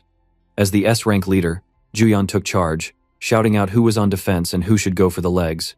Just as everyone settled into their spots, Dojin shocked the whole party by suddenly bolting forward on his own. He jumped higher and faster than anyone could believe, closing the distance to the beast in a heartbeat. He totally ignored any team plans and went solo against the bird. The Cleom Guild heroes just stood with their jaws hanging open. Nobody had ever moved like that. As he flew up with pure fire energy swirling around him, he threw a punch straight for the cockatrice. The big bird couldn't even react. It just took a hard hit from Dojin straight to the beak. Next thing everyone knew, the monster dropped from the sky, and Dojin landed beside it, looking like a boss, not even tired. The Cleom Guild members and Juyeon didn't even know what to say. One guy was shocked to see a random guy one-punch a high-level monster to kill it. Is this Saitama reborn or what? They just watched as Dojun finished the job in style, stomping the monster's head again and again until it was dead for real. That was insane, and now Inju just couldn't wrap her head around it. Who was that guy? When she asked Juyeon, the S-ranker just shrugged, not truly knowing herself. She only told Inju that Dojin was someone really strong, but even calling him strong sounded like an insult. Yet Inju didn't buy it. She stated, who in the world can one-hit that kind of monster in one hit? What Dojin did to that cockatrice was something almost nobody in the hero world could pull off. Juyeon tried to play it down by mentioning her own sister, who was also a monster among heroes, but Inju still yelled, telling her she'd gone crazy after seeing how strong Dojin was. It's basically impossible for any hunter to kill the monster the way Dojin did. While Juyeon was thinking about how scary Dojin was and who the fuck he is, she decided to change plans on the spot. She told Inju the rest of the group should stay close to the gate while she and Dojin went further in to hunt. Juyeon walked over as Dojin sliced up the cockatrice for loot, but before she could even talk, he made it clear no one could share the rewards unless they helped out. That was fine by Juyeon. She didn't care about any extra crystals today. Instead, she suggested they head deeper and face something even bigger. When he smiled and agreed, she could tell he was down to hunt stronger monsters and get mad loot. Juyeon totally knew every inch of this rift, so she took the lead and asked Dojin to stick close. Suddenly, she bolted forward at superhero speed, disappearing into the distance. Dojin waited, slung his bag over his shoulder, and then blasted off after her. His takeoff was so strong it almost knocked the Cleome Guild off their feet. If Juyeon moved like a bullet, Dojin was straight up lightning. With the powerhouses gone, the remaining heroes looked at Inju, all feeling a little lame. It was impossible to follow them, so they just had to hunt monsters around the edge. Regular people might call them A-rank heroes, but compared to Juyeon and Dojin, they felt like extras. They had to accept they were just the sidekicks today, not the stars. Deeper inside the woods, Juyeon ran as fast as she could, pausing every so often to check if Dojin was nearby. She thought maybe she'd gone too hard, maybe left him in her dust. Just when she considered slowing down, Dojin suddenly appeared right next to her, asking if they could pick up the pace. Juyeon was so surprised she almost tripped. She was supposed to be ranked second fastest in the whole country, but clearly, she needed to reconsider the list if Dojin could breeze past her. A few moments later, he even stopped just to tease her for running so slow. While Juyeon stopped to breathe, Dojin looked out and spotted a huge mountain range ahead. When he asked what lay inside, Juyeon's face went serious. This was where the Rift's boss, Kasarion, lived, a giant monster that looked like a dragon mixed with a wyvern, stretching as tall as a building. She told Dojin that it usually took 3 S-rank heroes to even try fighting that beast. But Dojin had one thing on his mind. The Kasarion could drop an imaginary grade magic crystal, one of the rarest treasures in the world. He grinned, not willing to walk away from that kind of prize. Juyeon thought it was way too risky, but Dojin didn't care. He was going, even if he had to fight the monster alone. With a catch me if you can, he shot off for the mountains, and Juyeon realized she had no choice but to chase after him. Inside the boss's cave, something wild was waiting for them. Juyeon was nervous, thinking it would take a miracle to beat the Kasarion. But when she arrived, she found the fight was already over. Kasarion was dead, lying on the floor with Dojin calmly cleaning off his knife. She stared, her mind blank. She'd seen many things, but never a monster like him. If he told another hunter about this, maybe she would be called crazy. She then remembered the famous Park Hae-yeol, a top-level S-rank hero known for hunting Kasarions. The first time he went up against one, he brought a team of 30 A-rank heroes and still barely made it out alive. Everyone else died, and he was lucky to crawl away. But Park Hae-yeol wasn't a quitter. Next time, he teamed up with another S-rank and 100 more A-rank heroes. They used every trick, even tearing the monster's wings so it could not fly. Only a few heroes survived the battle, and the damage was so bad that Park Hae-yeol's guild, Sweet Life, still hadn't bounced back, even 3 years later. It was the kind of story that only made Juyeon even more amazed at what Dojin had done, beating the Kasarion alone and making it look easy.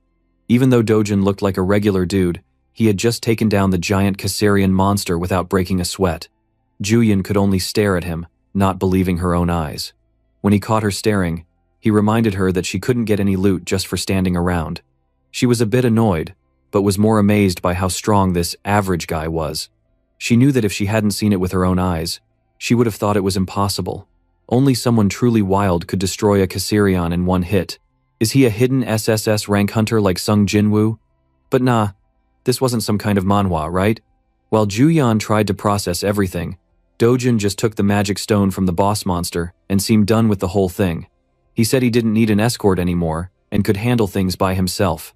He also left most of the other loot, like the monster's sharp claws and big teeth, like he didn't care at all. If she wanted those things, she could take them.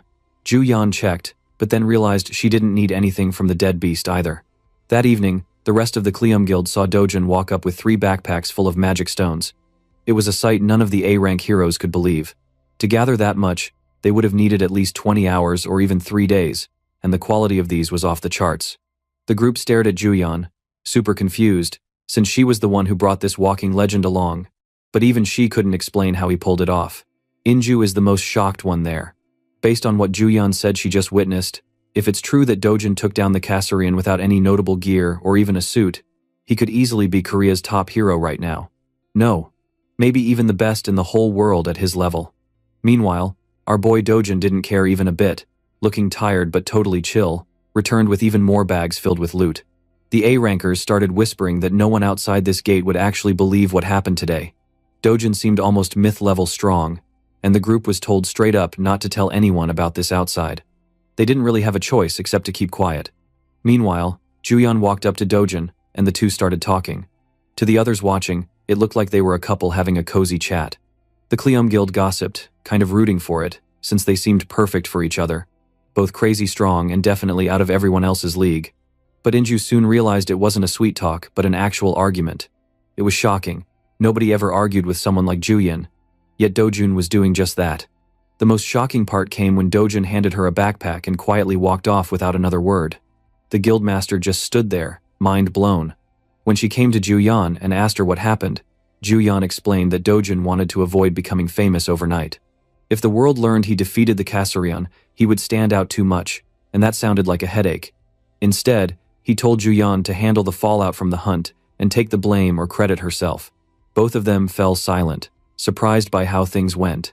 In the end, Juyan found herself even more interested in this mysterious young man. She couldn't get him out of her head. Somewhere else, the story switched over to Park Hae-al, the legendary S-rank hero with an epic resume in monster hunting. He was training like a madman, pounding his punching bag while his assistant stood by in awe. Park Hae-al led the Sweet Life Guild, though lately they were having a tough time.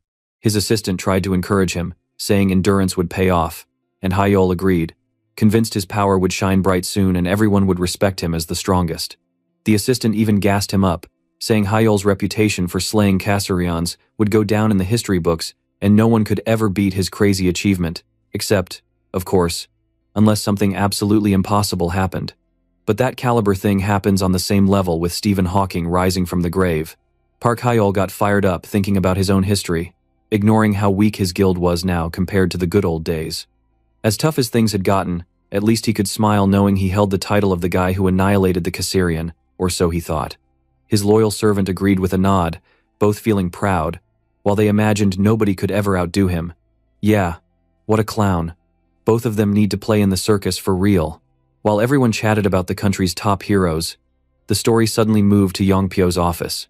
He was reading a report about what happened between Dojin and his cousin Cheol-woo, including all the wild details of the beatdown.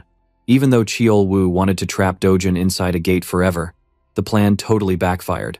Instead, Dojin awakened new strength and turned the tables. Yongpyo also learned that the one who asked for the hit job was none other than Chairman Haiju, the top boss among Korea's super rich people. At first, Yongpyo thought it was strange that she wanted to target Dojin, but then he found out Dojin was actually her stepson. When Dojin was only 7, he joined the family. But after Chairman Haiju's own child was born, Dojin got tossed out without a second thought. Hearing this made Yongpyo smirk, thinking that even loads of money couldn't keep someone with the same blood from getting the boot if the family didn't want them. When talk turned to payment, Yongpyo heard the job was only worth 3 billion won. To a guy like him, that was nothing.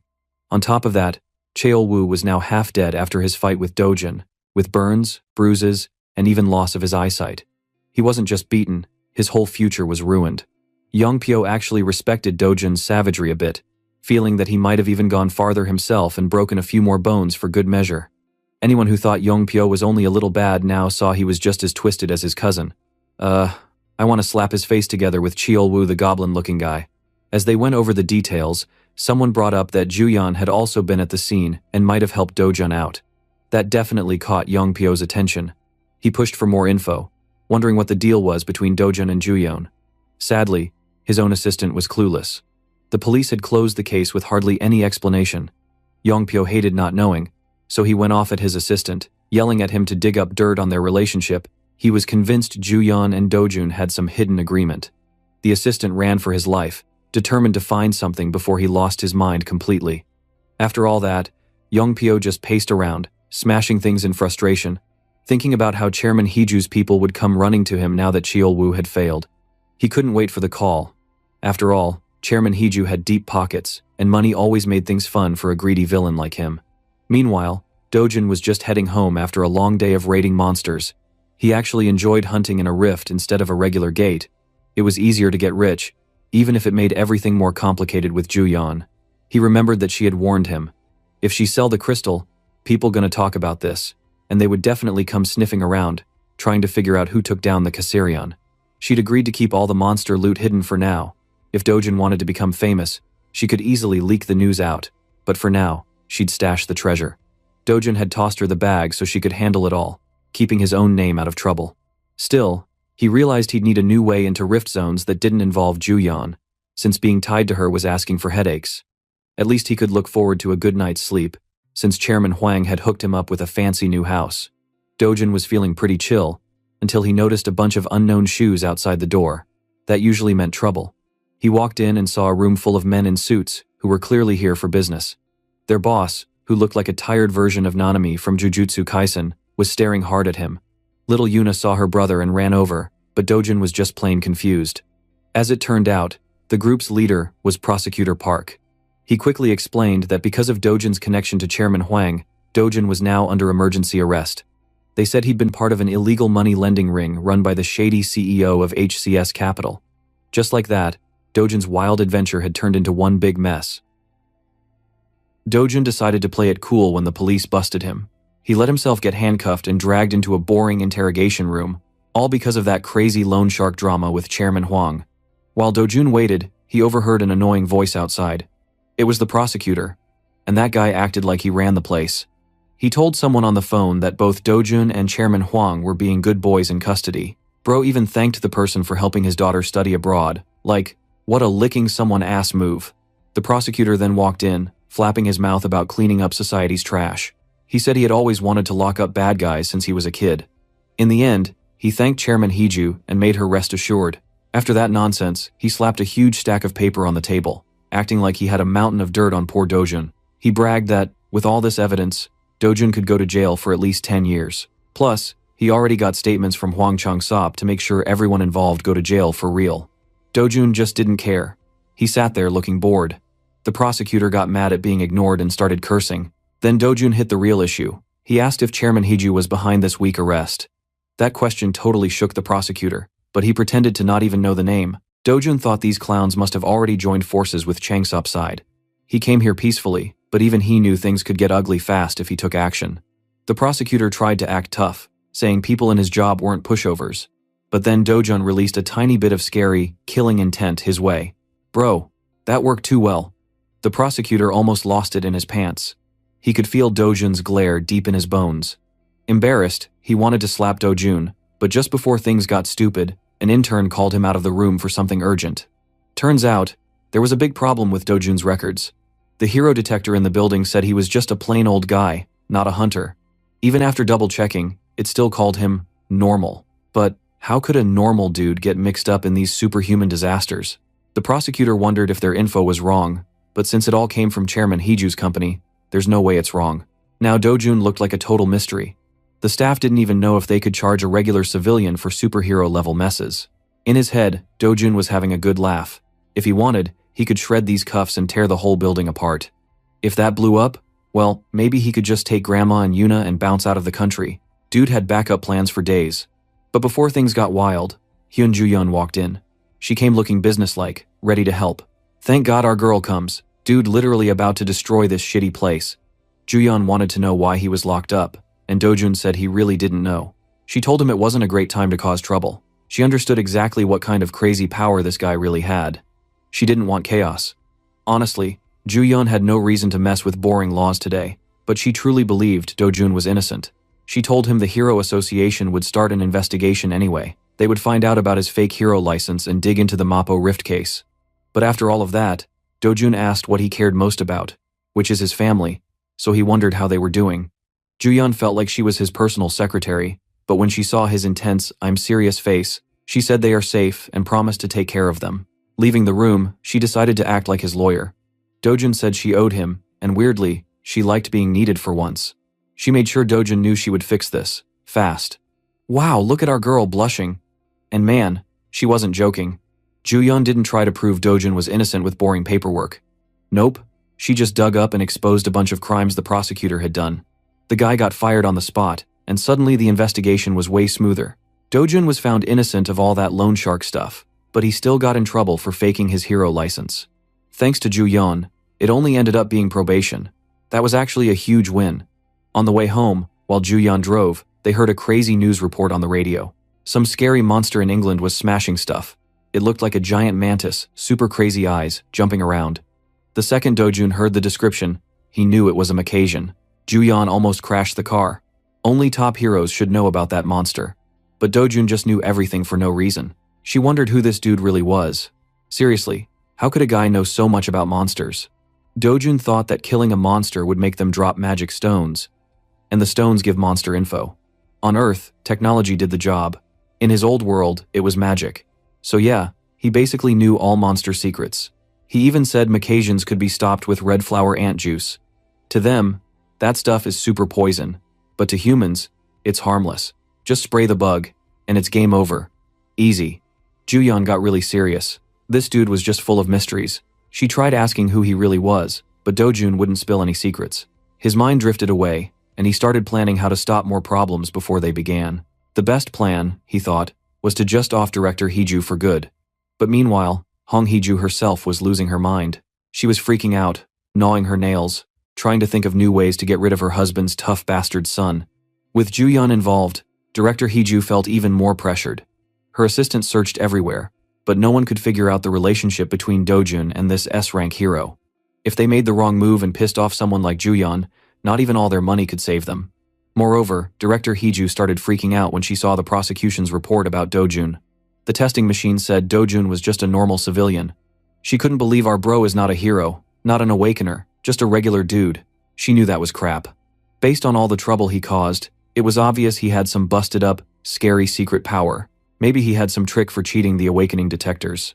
No one knew for sure, and that made her rage even harder. She was already bleeding cash from her endless war against Dojun, and all her shady people could give her were silly guesses, no real answers.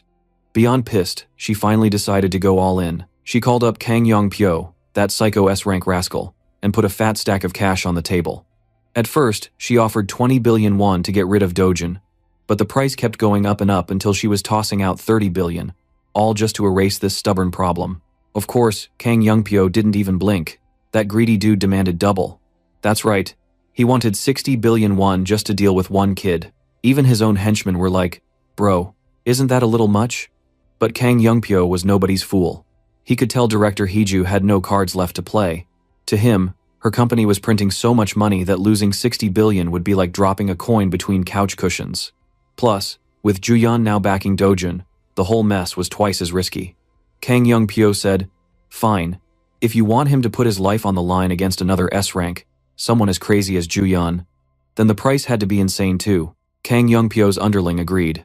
He said that Juyeon was no joke, yet the boss suddenly got salty being compared to another S-rank. He started yelling that he could smack Juyeon down in 20 minutes flat. His goon definitely didn't want to get on his boss's bad side, so he quickly changed the subject. Anyway, Kang Yong-pyo now had business both with director Heju and the Hero Association. He was also trying to cut a deal before flying to the UK with Korea's hero team, since the country planned to send its top fighters to help the Brits squash their giant bug problem. But the Hero Association was stubborn. They weren't throwing out big paychecks for this one, so to be honest, he didn't want to go. Yet, they made the team up public, so no S-rank heroes could back out without looking like total cowards. So now, in 3 days, South Korea's best heroes, and a few from Japan too, would jump into the battlefield in England. Kang Yong-pyo figured there was at least one silver lining. He could meet up with his old pal Takashi from Japan's hero squad. Still, nobody had figured out how to handle those Macassian bugs. Finding their weakness would turn any hero into the world's #1 superstar overnight. With these, this young Pyo the clown thought he could be that one hero. Keep dreaming, bro. I bet you're gonna be slapped by our MC in the next minute. Meanwhile, things in England were getting spicy. Those Macassians were marching towards Cambridge, and even the strongest British heroes were struggling. The Brits put together a solid hero team, old school but pretty badass. The frontliners did their best.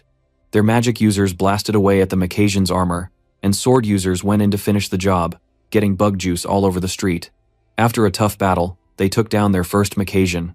Just to be sure, they chopped off its head. But dang, beating one of those monsters almost totally drained the whole team. And right when the heroes tried to catch their breath, more Macassians crawled out. The British team got swarmed by a wave of monsters, and even the best of them couldn't hang on. That night, the UK's top heroes went down swinging, but it was a massacre. They tried everything. But with no info about these bugs, they were basically doomed. Now the bugs started crawling towards London. Cambridge fell, and the road to the capital looked wide open. Only 60 kilometers stood between London and a herd of killer mantises. Things looked mega bleak. I can hear 2012 soundtrack coming over from that way, fellas. But just as things hit rock bottom, the sky opened up. Seriously, something bright came raining down on the bugs. This freaky fluid splashed over all of the Macassians, and boom! The bugs started freaking out. Their bodies seized up as if someone hit the pause button. In just a few seconds, they dropped like dead weight. Up in the sky, a helicopter hovered over the battlefield. Inside, the joint hero team from Korea and Japan watched as the bugs dropped like flies. Every hero on board stared in shock. How was this easy solution even possible? It was all because of Ju Yan's idea. She used red flower ant sap, something bugs hated but people could touch safely. The Macassians turned into paralyzed, useless chunks in no time. On the copter, Kang Youngpyo watched Ju Yan with suspicion. He didn't buy that she just guessed the trick. Still, facts were facts. Her idea worked, big time. Ju Yan barked out orders, telling everyone to get ready to skydive down and finish the cleanup. Everybody respected her now. They dove off the chopper straight into the bug zone, ready to end the invasion for good. After this epic showdown, the whole world exploded with news about the British rescue. Back home in Korea, the hype could not be bigger. Media, fans, even old grannies were squeezed into the airport, hoping to get a look at their national hero. Reporters scrambled for interviews. Ju Yan was the woman of the hour, the legend who found the true weakness and led the whole operation. She basically saved the UK from total disaster. Word got out that the British royal family even knighted her before she left. Seriously cool stuff. Ju Yan was used to being famous, but even she felt overwhelmed by all the love and noise today. Right behind her was Kang Youngpyo, trying way too hard to look cool and important, even though his haircut was a whole disaster. The crowd cheered for both of them, but only one was a real goat. Kang Youngpyo got all this praise for killing most of the Macassians in England. But let's keep it real. Those bugs were already paralyzed and helpless, so his victory wasn't nearly as epic as he made it out to be. There was a whole army of about 200 heroes involved. Korea's squad was the real reason the UK was still standing at all. News about their battle and the secret bug killer, red flower ant sap, was everywhere. While walking around, Dojin overheard the news on a giant screen. He actually paused for a second. It was pretty cool to see Ju Yan using his tip about the bugs. But then Kang Youngpyo's smug face popped up on the jumbotron. That dude looked like a problem. Dojin would have to handle himself one day. Meanwhile, inside a fancy restaurant, Dojin was having coffee with our queen, Ju Yan. She brought a mountain of gifts for Yuna, Grandma, and even Dojun himself. She told him not to open them yet, but Dojun didn't care. He peeked and found some really nice clothes. Ju Yan just wanted to say thanks for the bug info. Compared to the wild fame and rewards she got, buying him some clothes was like loose change. She even promised him a car or anything else he wanted next time. Bro really unlocked sugar mommy mode. She tried, of course, to ask where Dojun got his insider info on the Macassians, but, you guessed it, Dojun wasn't saying anything at all. So she switched topics and asked about his plans. Ju Yan probably expected some hero talk or revenge drama, because if Dojun picked a fight with people like director Heeju or Kang Youngpyo, stuff could get wild. But Dojun was way simpler. He just wanted to buy a better home for his family. The one they had was rented, after all. While these two were reconnecting nicely, Kang Youngpyo was having his own post-mission party. Dude was chilling at a pool, surrounded by girls and all his excited fans, but he couldn't stop thinking about Ju Yan. Something about her had changed. Now she was too competent, too mysterious, and Youngpyo didn't trust how she learned the Macassian weakness. Even on the flight back from England, he tried to poke info out of her. He teased that she stepped up for Dojun during the prosecutor mess, and he mentioned how she was at the scene when Cheol-woo, his dumb cousin, got destroyed. Juyeon kept her cool and told Youngpyo that Cheol-woo's downfall was his own fault. The guy literally tried to kill Dojun and got what he deserved. Youngpyo, with his psycho smile, shrugged and agreed. He felt Cheol-woo was an idiot, but family is family, you know? He also figured he could use that connection as an excuse to get revenge on Dojun later if he wanted. For a split second, Juyeon almost showed some real emotion, but she snapped back and distanced herself quick. She said she had nothing to do with any revenge, and she would not interfere if Kang Youngpyo or Dojun went at it. That actually surprised Youngpyo a little. He thought Juyeon and Dojun were way closer. When Juyeon ignored him for the rest of the flight, pulled down her sleep mask, and went to sleep, Youngpyo ended up feeling suspicious. His gut told him Juyeon was hiding something, and he better stay careful with anyone connected to Dojun.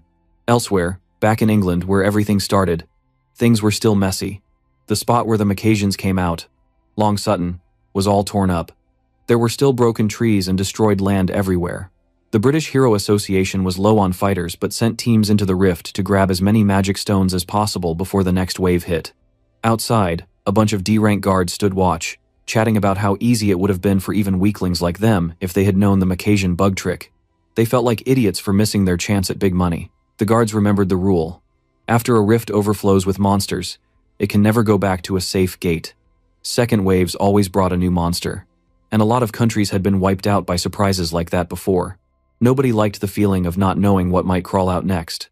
Suddenly, the rift pulsed with weird energy. The team inside had only been gone 5 hours. Nobody should be coming out yet. Naturally, the guards went on high alert. Usually, they expected mining teams, or maybe some sneaky thieves hoping to grab drop stones. But what stepped out was not normal. From that broken rift came a strange person, humanoid but clearly not a hero. The guy wore strange, otherworldly armor, and his face was covered in brutal scars. His whole look was insane, like it was ripped from a wild fantasy game. Even in a city full of superhuman stuff, this guy looked totally out of place. Whatever just crawled out of that rift, everyone could tell things were about to get real nasty again. Before the unlucky guards could even pick up their phones for backup, something insane happened. They suddenly lost control over their own bodies. Like, poof, they started floating straight up into the air, helpless as dolls. The dude in crazy armor took a single step, and he made it look so easy, just casually holding all those guards in the air. One of the British guards tried to fight back, pulling out the classic UK hero move. He threw 3 knives, all flying straight for the weirdo. But get this, just as the blades were about to hit, a bunch of floating green lights flashed around the guy. The knives literally disappeared, like they never existed. It was straight up freaky. The scar-faced man grumbled that these guards were way too weak for his taste. Then he clenched his fist, and the green lights zipped around. Suddenly, the guards were getting diced up, arms and legs flying everywhere. Bro, imagine getting turned into a potato crisp at work. Even worse, a gross smoke, black and sticky, started pouring off his body. With that dark stuff, the guy summoned a weird phone right out of the air. Checking the phone, the ugly dude found out the current percentage in this world. He figured out that he'd been gone from Earth for 10 years. 10 years. But his hardcore mission was only at 20% completion. All his work opening rifts across dimensions, and it still wasn't enough. He thought about giving up, but nah, that quitter drama wasn't for him. He decided to amp up the mana levels and keep pushing. But first, he wanted to clean up this shitty place, maybe get rid of all the weaklings. That gave him a twisted little smile. Meanwhile, halfway across the world in South Korea, life was way more chill. Dojun was out on another one of his farming runs in Paju, just doing his thing and totally clueless about the psycho in England. With only his backpack, Dojun stepped into the off-limits area, cool as always. Suddenly, his super senses tingled. He felt weird vibrations under the ground. He knew exactly what that meant. Gross worm monsters. These things burst out with bodies covered in nasty metal spikes and mouths full of razor fangs. Dojun stood right in the middle of all that action, looking bored. Instead of looking at the monsters, he just checked out the tunnels they left. One quick glance, and he figured out there were about 26 worms below, spread out in 100 meters. That's some next-level IQ, dude. I'm impressed. Dojun got a wicked smile and powered up some mana in his hand. He wanted to see how many worms could even survive just his first magic attack. He fired the energy blast right down the hole, then waited. Silence then. Boom. Explosions went off all around, blasting debris and flames everywhere. Those worms below? They got cooked and shot out of the ground, flopping around on fire.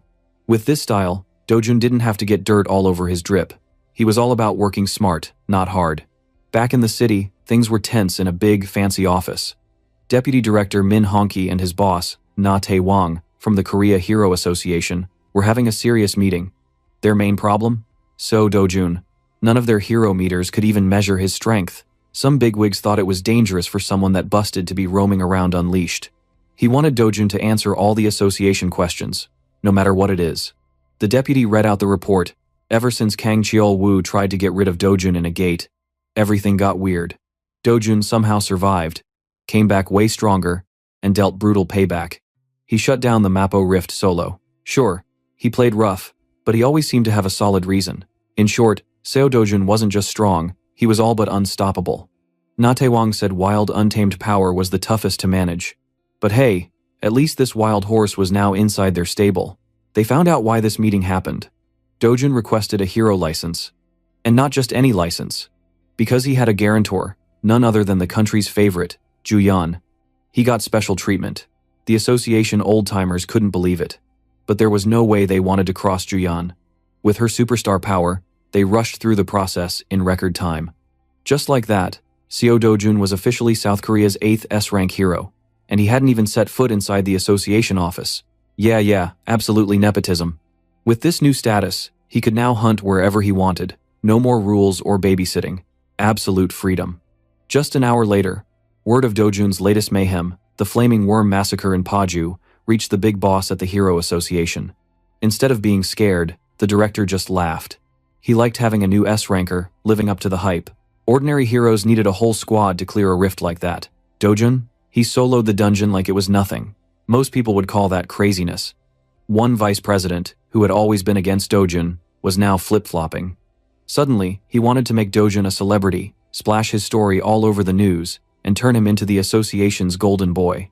Luckily, the deputy shut that wild idea down fast. Min Hun-ki, the deputy, said they should at least get Dojun's opinion before turning his whole life into a circus for the public. The vice president, though, was pushing hard. He thought that introducing a new S-rank hero to the world would give stressed-out people some hope. He was a real salesman, pitching the idea to director Na Tae-wang like it was the best thing since matcha latte, but the director wasn't buying it. He wanted to play it safe and meet Dojun face-to-face first. Wise move, old bro. You are safe from Dojun's slap for now at least. Meanwhile, Dojun was still busy in his own Monday is Murder Monsters mode. He hacked through another unlucky worm with total ease. All the remaining worm monsters tried to gang up on him, but honestly, their attacks were so obvious to him it was like fighting in slow-mo. With magic burning through his hand, Dojun pulled off this crazy sweeping move, beheading a dozen worms all at once. He landed in the classic superhero pose, surrounded by a pile of monster meat. The ground was totally covered in defeated worm bodies. Dojun just stood on top of the heap, hands smoking and looking fresh, farming all the aura in the world like a boss. Heck yeah, this is cool as fuck, not gonna lie. He let out a sigh. Yeah, this level of non-stop monster killing sucked up a ton of mana. His hands even looked a bit crispy from all the magic. That meant only one thing. It was finally time for Dojun to get himself a proper weapon. No more bare hands for this guy. He needed something special. After all, he was a sword god. Just read the title, you dumbass. Punching God is from another manhwa. So, he headed to the Gasan Hero Complex, where heroes buy their gear. Dojun picked a shop that looked chill and walked in. Behind the counter was some random bruised-up shop bum, totally glued to his phone and not even interested in customers. The bell rang as Dojun entered, but the guy just asked if he had a reservation without even glancing up. Bro didn't care that Dojun was a paying customer. Dojun ignored all that. He dumped his heavy backpack on the counter and told the guy he wanted a weapon made out of everything inside. The bum said no way. Only people with a reservation could get service. Apparently, Dojun had already been rejected everywhere else on the street, but this was the only shop that even picked up his call. Still, the bum wouldn't budge, acting super annoyed at having to look away from his phone. At this point, Dojun's patience was about to explode. He grabbed the guy by the collar, asking who the boss of the shop was. The bum claimed his dad was the owner, so Dojun told him to call the higher-up. As soon as possible. He didn't come here for nothing. He came because someone he trusted. Juyeon, by the way, recommended this place. The bum eventually slunk off and went to get his father after hearing our girl name. Soon out came the real craftsman, an old dude in a funky welding mask, Choi Cheol-guang, a master at making hero weapons. Dojun told him straight up that Juyeon sent him, and both father and son immediately realized this was no ordinary customer. The old man was stunned that a huge celebrity like Juyeon knew about his little shop. But Dojun wasn't here to chat. He pulled out his monster loot, a giant black viper's fang. The old man checked it out, impressed. It had been ages since he saw a material that rare. Dojun had one request. Make him a sword, as long as possible. Because, let's be real, who doesn't want the big sword, right? If you know what I mean. The old man explained that stretching non-metal like that could make it break easily and suggested making 2 medium swords. But Dojun wasn't having any of that average compromise. He wanted both pieces fused into one mega blade. Length over everything, bro. And oh, he wanted max mana absorption too. The bum finally interrupted, totally annoyed but bragging his dad had already made grade 3 weapons, pretty legit.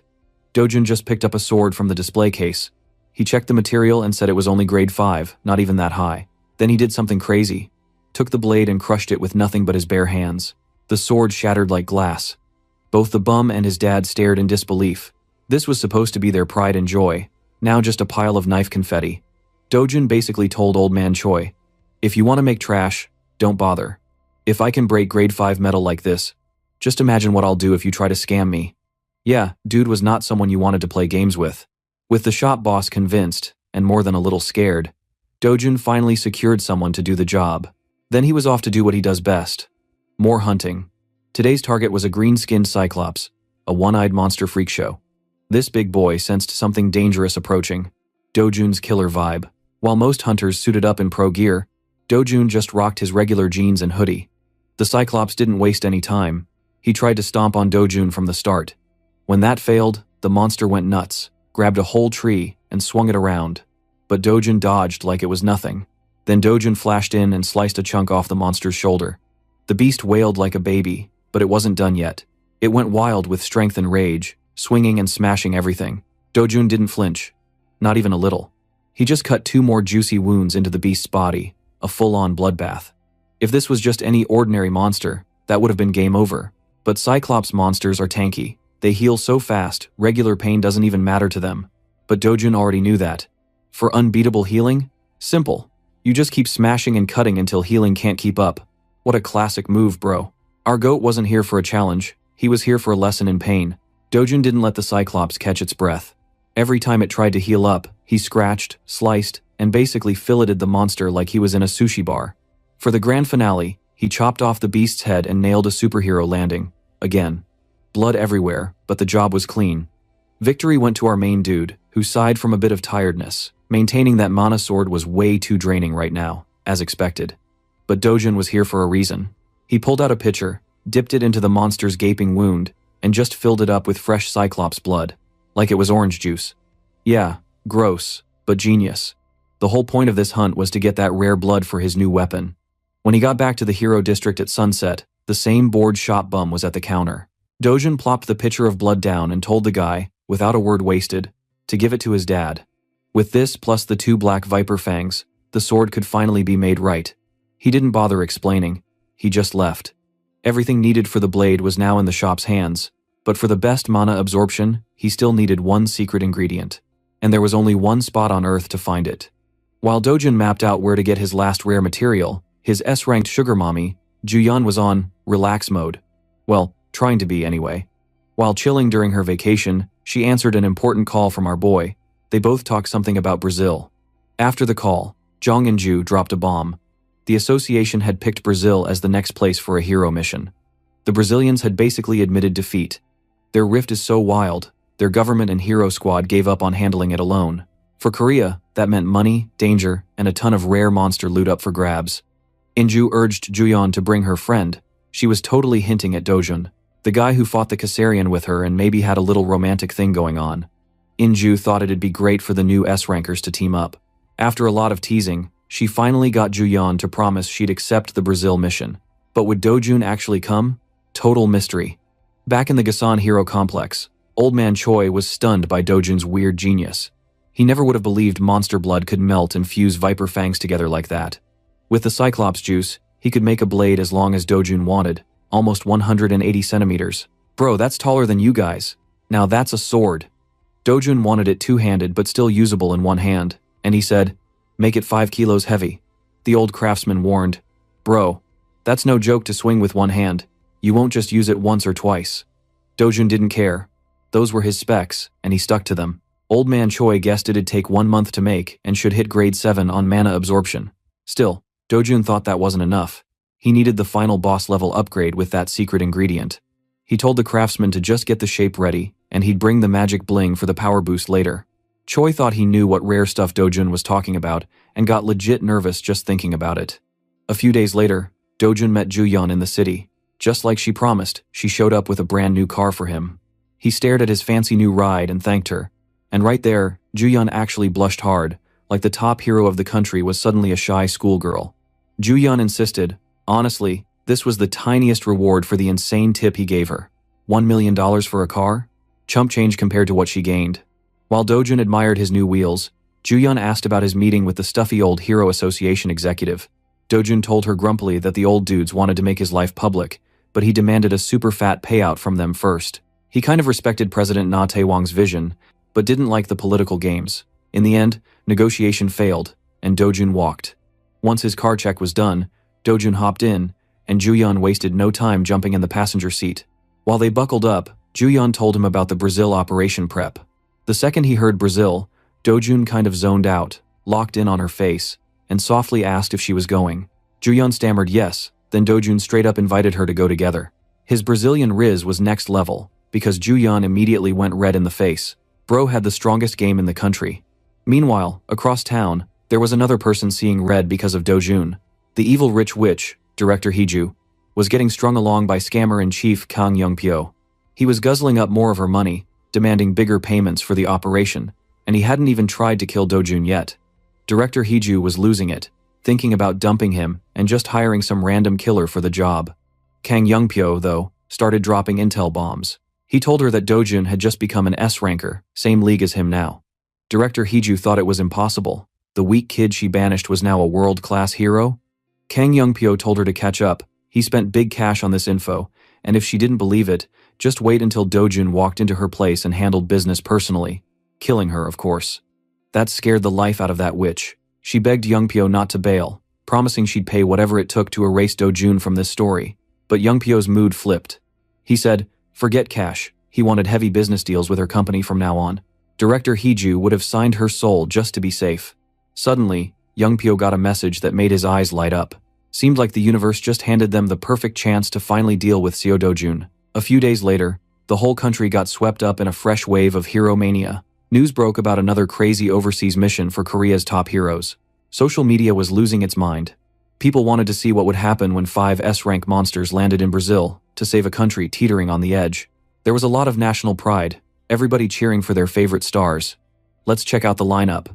Jung Sung-ho, the solo carry money chaser from P Group. Park Hae-yeol, a dude whose guild had pretty much crumbled, so he was showing up for the cash reward. Hyun Ju-yeon, the legend herself, still riding high after saving Britain from disaster. And of course Kang Young-pyo, the crazy one who would do almost anything for those sweet tax-free magic stones. Just scoring one of these stones could completely change a regular person's life. But the real mystery for everyone was Seo Dojun. Not a lot of fancy hype for him on the live streams. People just called him a rookie, making his first big appearance on the worldwide stage. They didn't know what was coming. The plane ride was long, but nothing wild happened. When they landed in Sao Paulo, Brazil, the National Hero Association was super stoked to host the Korean S-rankers. Koreans were the fastest team to answer Brazil's call for help. Some S-rankers didn't even bother with hotel check-ins. They went straight to the grind. Still, the Brazilian bosses were stressed. They were hiding a dark secret. Their own national hero, Morais, was dead. And he didn't die to some monster. Security footage said a human killed him, but nobody knew how. For now, they just needed everything to look chill until the joint mission finished. At the briefing, the Korean squad heard the game plan.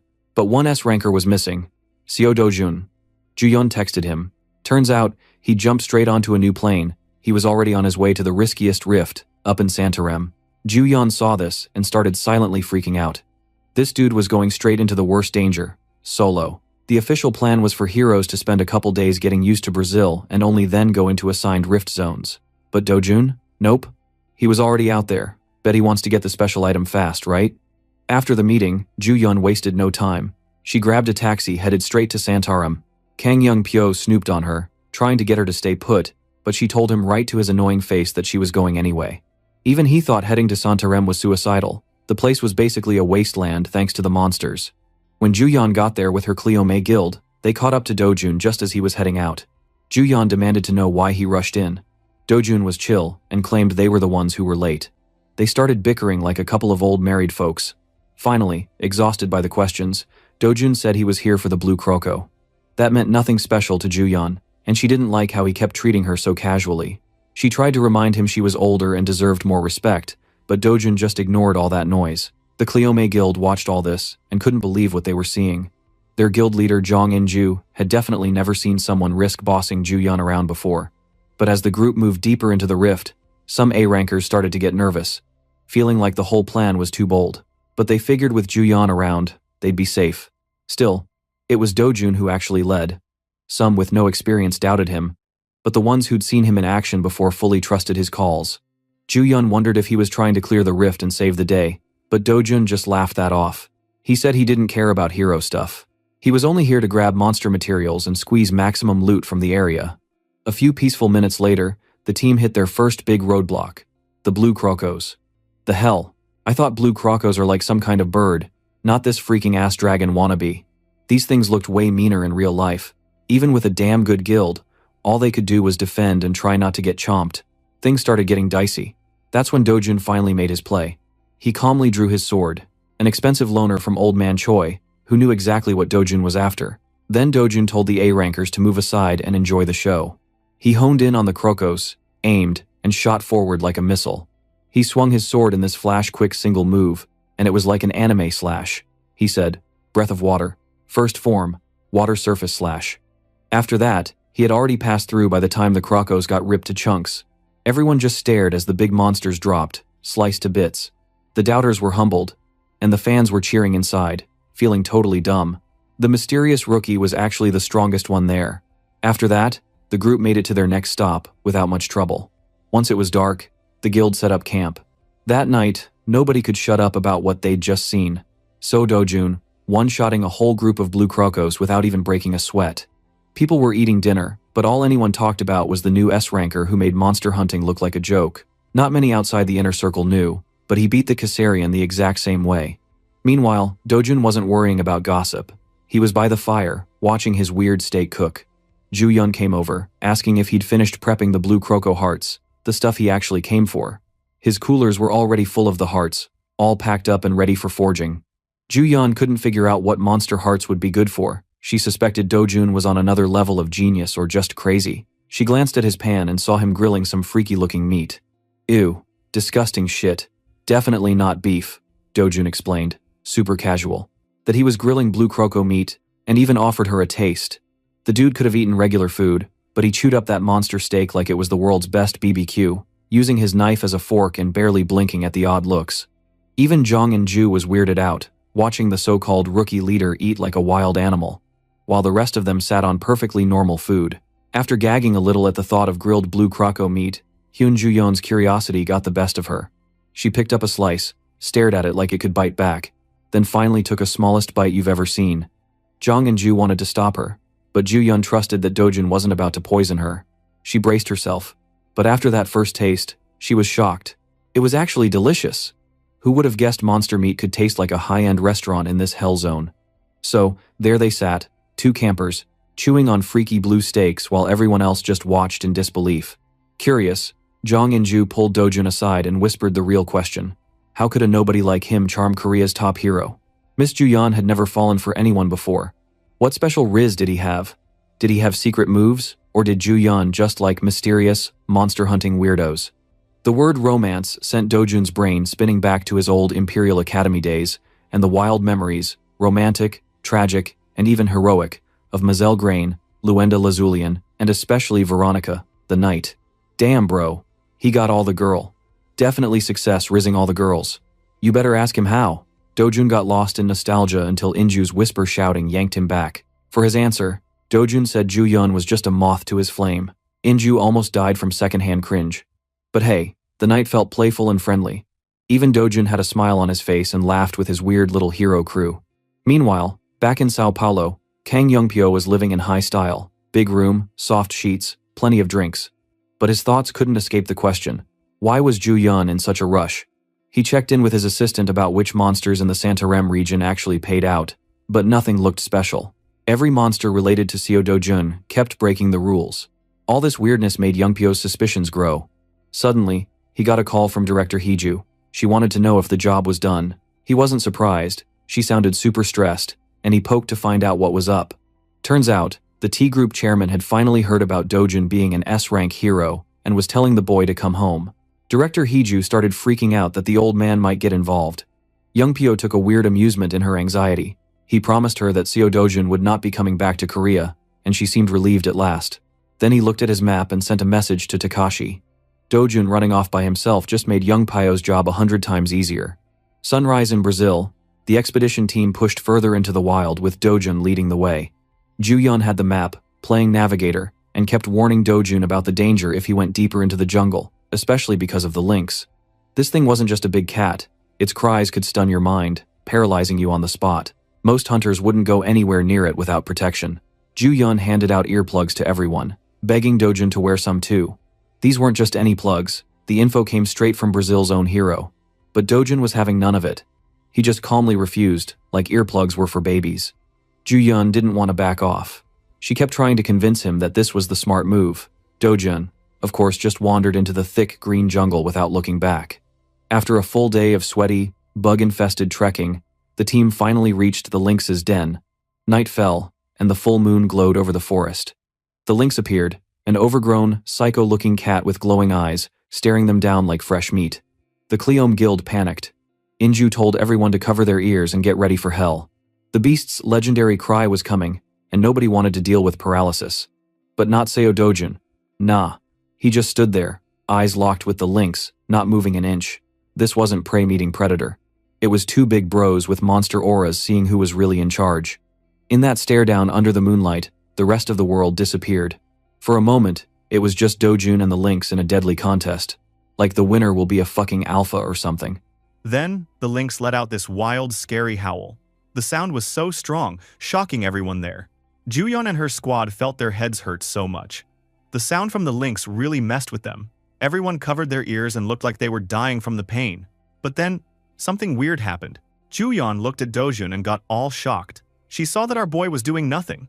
He was just chilling, not even covering his ears. This dude was so calm, he then took a stone, and an orange flame just popped up in his palm like magic. When the lynx on the tree kept letting out a big roar, Do-jun, like a total boss, flicked that stone in his hand at that monster. But that lynx dodged the attack and ran away. Everyone freaked out and chased the monster. But damn, the lynx lured them into its nest. A bunch of lynx came out. They looked angry, just as creepy, with glowing red eyes. One lynx used its power, and its eyes started to glow even more. Ju Yun, Inju, everyone, was caught looking right at those eyes. Ju Yun felt the stare and freaked out a little. Do-jun suddenly popped right in front of her, covering her eyes with his hand. Now that was smooth. Our boy knew what was up. He told her that it wasn't just the lynx's sound that messed with people. It was the lynx's eyes that could freeze your mind. Now that's some next-level monster power. Ju Yun looked super surprised, but Do-jun was already ready for the next fight. He told her to keep her eyes closed, just for a bit. Now Do-jun pulled out his giant sword. A fiery orange energy started swirling around him and the sword. It looked insane. He wondered if this was his limit for now, but he didn't stop. The fire around his blade got even bigger, making a huge arc of light. He started to do some special sword technique from his family. When he swung the sword, his eyes glowed, and the energy just exploded out from the blade. The guild member basically lost it. People said that this looked way too dangerous, and honestly, it kind of was. Do-jun attacked straight at the lynx and exploded in a big wave of fire. Everything in front of him was hit by this shockwave. Ju Yun had to cover her face from the blast. The jungle right there was just gone. The land smoked, leaving a deep dark hole where the trees used to be. All the monsters were wiped out. That was fast. So many lynx were down, lying on the ground with smoke coming from their bodies. It was totally dead. Ju Yun couldn't even believe it. This was impossible for her to understand. She was just staring, like, dude, did this actually happen? But wait, one of the lynx monsters, hurt but still alive, tried to stand up. It was shaking and looking at Do-jun with those crazy red eyes. Our boy didn't mess around. He walked right up, and with a super fast move, took it out with his sword. He was cold about it. He looked at the dead creature and decided to take its glowing red eyeball. Yeah, he actually took the eyeball out. He said he needed it for something later. After that, everyone walked together. They looked like their minds were completely blown. People whispered that this was insane, that it was not even at a human level anymore. A guild member wondered if Dojun was even stronger than the famous Shabri Alphonse. Someone else said maybe he was on the same level as Kane Lester. But bro, Kane Lester was known as the strongest hero in the world, so some people said that was too much. The group kept walking through a dark, swampy part of the jungle. It was creepy, and it got worse because they saw undead walking through the water. These undead looked like gray zombies, and their red eyes glowed in the night. A guild member joked that the undead could not read the mood. The other one said it was because they did not have brains. Good one. But the undead didn't really care. They started rushing toward the group with their mouths wide open, creepy as fuck. Yet the goat Dojun did not even flinch. He moved so fast nobody could keep up. He just punched that disgusting monster with his bare hand. He chopped off heads, broke zombies in half, and killed all of them. It was like he was playing a video game on easy mode. He finished it off by smashing the last undead's head into the ground. Black goo went everywhere. People could only just stand and stare. Dude, they were all totally shocked. Later, while they were still walking, Juyeon came over to Dojun. She wanted to know about his awesome sword move. She asked where he learned it, and she talked about the crazy red sparks and the cracking sound it made. Our protagonist just kind of paused and asked if she wanted to learn it. Juyeon said she did, of course. But Dojun told her that in a peaceful world like this one, nobody would ever need that skill. He wondered when she would ever use it. Juyeon got a little annoyed. She said there was a limit to how dismissive a person could be. She reminded him that she was also an S-class hero and said she would probably need to use the move at least once before she died. She wondered if maybe Dojun just didn't want to teach her. Our boy stayed quiet. She looked pretty hurt by that and said maybe he did not care about her at all. Inju whispered that those two were just fooling around. Yeah, no matter what, they look like a couple. Juyeon stomped away looking angry. But Dojun just watched her go, with his face looking totally blank. Then Inju said it was time to get out. People looked pumped. The group walked toward a weird black and purple rift. This was their way out of the dungeon. Inju thought to herself that it was all thanks to Mr. Dojun that nobody got hurt, and that next time she came here, she could beat this place even faster. But then, right after Inju stepped through the rift, she suddenly stopped because she heard people scream in Japanese that they would kill someone. That was a surprise, right? She recognized this Japanese voice. The voice kept yelling about how someone dared to get in his way. There, Dojun nonchalantly covered Juyeon while she was blushing hard. The fuck is happening? On the other side, there was another group standing and blocking them. The new group had a really big, tough guy leading them. The leader was Ryoma Takashi. He looked like a total Yakuza boss and was super muscular. He was an S-class hero, the master of the super strong Empire Guild from Japan. Takashi said that he wanted to enter the gate today, but now Dojun's party was in his way. He told them to go away before he smashed their faces. But suddenly, our boy said that Takashi's party was probably just trying to mess with them. Juyeon was surprised. She asked Dojun if he really could speak Japanese. Dojun answered that he could, kind of, but really, it was the real Dojun who had studied it. Takashi got even more menacing and started cursing at Dojun. One of Takashi's henchmen got mad and shouted that Dojun should apologize and bow right now because their boss was a big deal. Yet our boy just told them not to bother and to get lost. Juyeon thought to herself that the Empire Guild was one of the top 5 guilds in Japan, but they were also known as serious troublemakers because of their gangster Yakuza roots. She thought that, no matter how strong Dojun was, maybe they should just avoid these guys. Suddenly, Inju jumped between the two groups, trying to calm everybody down. She begged both sides not to fight, but Takashi threw insults her way, calling her all sorts of nasty names. He even called her a bitch. Inju's guild members started shouting, swearing at Takashi, and everybody started yelling at each other. Finally, Inju told everyone to shut up. Inju tried to explain who she was, the leader from the Gillyflower Guild, and said maybe they could settle things there. Takashi acted like he didn't care. He said he had never heard of her guild and joked in a slimy way that maybe she was just looking for a man, but he promised her turn would come. Ugh. Now, Dojun had enough. He stepped forward, tried to protect both girls. But Takashi smiled like he wasn't scared at all and said that he was planning to kill him anyway, so he wanted him to just wait a little. He then punched our boy. Yeah, that's crossed the line for sure. Dojun thought to himself that this was definitely a provocation. Our boy said he would accept the challenge. He then dashed forward and punched Takashi back, throwing him down to the ground. Takashi's men couldn't believe what just happened. Dojun turned to Takashi's guild and told them to step back, because this was self-defense. The other guy hit first. He told them that this was going to be a one-on-one fight, and the rest were just small fries who should back off. Suddenly, Takashi took off his clothes and agreed. He told all of his men to step back. He then got up. His body started to glow with a creepy red aura and his muscles got even bigger. Juyeon watched, worried. She only begged at Dojun, asking him to maybe only kill half of them. The fight started, and Dojun suddenly moved at insane speed. He jumped straight at Takashi and stepped on his head, then kicked him so hard. Bro. Takashi landed with a groan, looking super confused and embarrassed. He wiped sweat from his face and started to realize this fight was not going the way he wanted. In his head, this was impossible and wondered who the heck this monster Dojun really was. He thought everything he heard about him was wrong. Why? A fucking rookie could be this strong. This time, Dojun gathered blue energy all around him and his eyes looked super dangerous. He stared at Takashi like he was about to end things for real. Takashi was super scared now. He yelled as loud as he could and ran away. But bro, Dojun just stopped Takashi and stopped him easily. Then he reached out, grabbed Takashi by the face, and that man instantly looked super scared. He asked if someone had told Takashi to pick a fight with him. Takashi, totally terrified and sweating buckets, could only keep silent. Well, our boy had a rough idea and begged Dojun to spare him. But Dojun just said nope. He slapped Takashi across the face so hard you could almost hear it, then punched him in the stomach with so much force that Takashi actually left the ground before crashing down, totally knocked out. Dojun stood over him with his arms crossed, like this was just another boring day. Inju watched the whole thing and said that she knew it would end up like this, but wow. Dojun made it look so one-sided. She muttered that Takashi would die at this rate and begged Juyeon to stop Dojun. Juyeon ran over just as Dojun was about to punch Takashi again. She shouted for him to stop because Takashi would actually die if he hit him one more time. Our boy just said he would take responsibility, but Juyeon yelled at him, asking how he could even say something like that and what kind of responsibility he was talking about.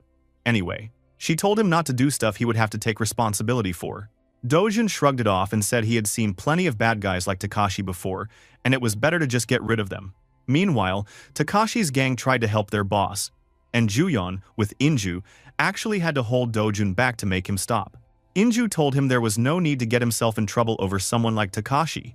Inju then turned to the other Yakuza guys and said they must have realized now that Dojun was out their league. She told them that if they didn't want to end up like Takashi, they had better answer him honestly. All the Yakuza henchmen shouted, yes, totally terrified. Dojun looked down at them with his cold gaze. He told them that just kneeling wasn't enough. He wanted them to put their faces on the ground. The Yakuza guys all pressed their heads into the dirt so fast you could almost hear their fear. Dojun said that the Yakuza used to cut off their fingers when they messed up, right? Then, one Yakuza got scared out of his mind and begged for forgiveness. Dojun told him to say, I'm sorry for being a piece of shit, and he would let it go. The long-haired guy in tears did exactly that. The Cleome Guild couldn't help but grin at the show. Now, the story switched to an office in Sao Paulo. There was a Brazilian director who was checking a report. He could not believe what he was reading. He asked how he was supposed to believe that an S-class hero like Takashi was beaten so badly he might never recover, and that the opponent was only one person. Juyeon and Inju stood in front of his desk. Well, the report must be true, because Takashi was the only person who got hurt. The director was frustrated because he wanted Korea and Japan to work together to close the mountain rifts, but now, after seeing the report, he could tell it was not only Brazil's problem. He said the matter would go to the Korean and Japanese hero teams instead. He then asked Inju if they saw anything weird near the mountain rifts. Inju thought for a second, but said nothing was unusual. The director let it go, but asked why Dojun didn't come, since his name was everywhere in the report. Juyeon explained that Dojun said he had to wrap things up and left. The director was confused and wondered what that meant.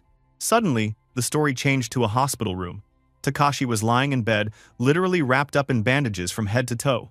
He was so shocked because Dojun was standing there, holding a nice bouquet of flowers. Dojun told him to stay still, because he was here for an official visit.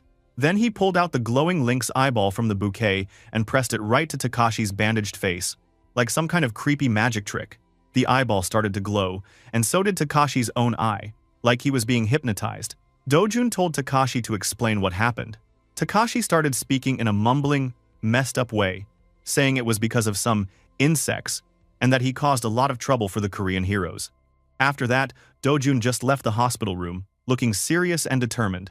Takashi started cursing quietly to himself, hating the Yakuza now. Well, our boy doesn't care about anything but his own interests. Somewhere else, inside the Korean Hero Association office, Director Tae Wang and his assistant were talking about the drama in Brazil. Apparently, every news story now is just about So Dojun. People couldn't get enough of him.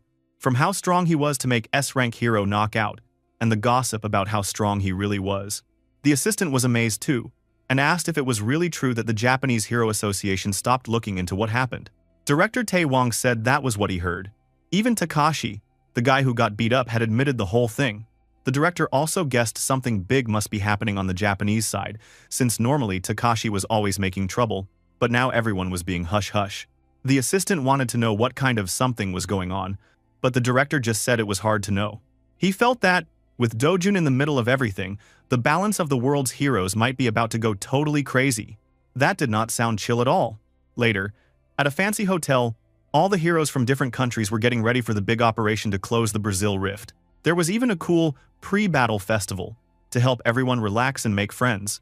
Heroes were mixing it up, planning, and getting in the mood to beat up some monsters. Inside the giant hotel ballroom, Dojun showed up looking sharp in his long coat. Dude, he was the center of attention. As he walked by, people could not stop staring and whispering. The big rumor was that Dojun had totally destroyed Takashi, and the story was spreading everywhere. Inju even said to Juyeon that Dojun was so amazing he made everyone else seem ordinary. But Juyeon seemed kind of down. Inju noticed that and wondered what was bothering her friend. Maybe Juyeon saw something that brought her down? Then, she could see a pretty girl was now talking to our boy, Gloria Tyler. She was America's own S-class hero, and everybody loved her. She was even ranked #1 in the Hero Beauty Poll. Inju Cupid's alarm was ringing like crazy and slapped Juyeon on the back. She told Juyeon to stop just sitting there and to do something. Juyeon was confused, but decided to walk over to where Dojun was talking with Gloria. Gloria said it was fun and told our boy, "See you again, Kessel." Juyeon just stood there, confused, and asked Dojun who Kessel was. Dojun said it was him. Juyeon was shocked. She couldn't believe Dojun had a secret English name, and it sounded like he used it before. Yes, this guy is too mysterious for her. She wondered to herself if Dojun used to live abroad, but she checked up on him in the past and never found anything about that name. She felt a little mad that he never told her about it. While all this was going on, off in a corner, Kang Yongpyo watched everything. He looked smug and was sipping champagne. In his mind, he thought Takashi was an idiot and couldn't even handle someone like Dojun. He figured he would need to step in and handle Dojun himself. "Yeah, bro, you're gonna be slapped in the face in a couple of chapters. I can smell it from 1,000 miles away." At the same time, this asshole eavesdrops on Juyeon and Dojun, and she says to our boy that he needs to be careful. Even though Dojun was strong, the enemy wouldn't always fight fair. There were still heroes who were friendly with Takashi, and these guys could be tricky. But Dojun just said, "Enough," and told Juyeon not to worry because all those types of goons would not be a problem for him at all. While saying this, he smiled and looked at Yongpyo as if he was directing all of this to him. Yongpyo overheard and got so mad his eyes almost lit on fire. He swore to himself that he was going to take Dojun down with his own hands one day. Next, the scene moved outside near Santarem at the huge dark rift. The Cleome Guild stood in front of it. Inju said she had never seen a rift this cloudy and dark before, but another member wasn't worried. With 2 S-class heroes around, they thought there was no way anything could go wrong. Well, Inju agreed, rallied the guild, and everyone got fired up to go inside. They were just full of confidence. Bro, maybe a little too much confidence.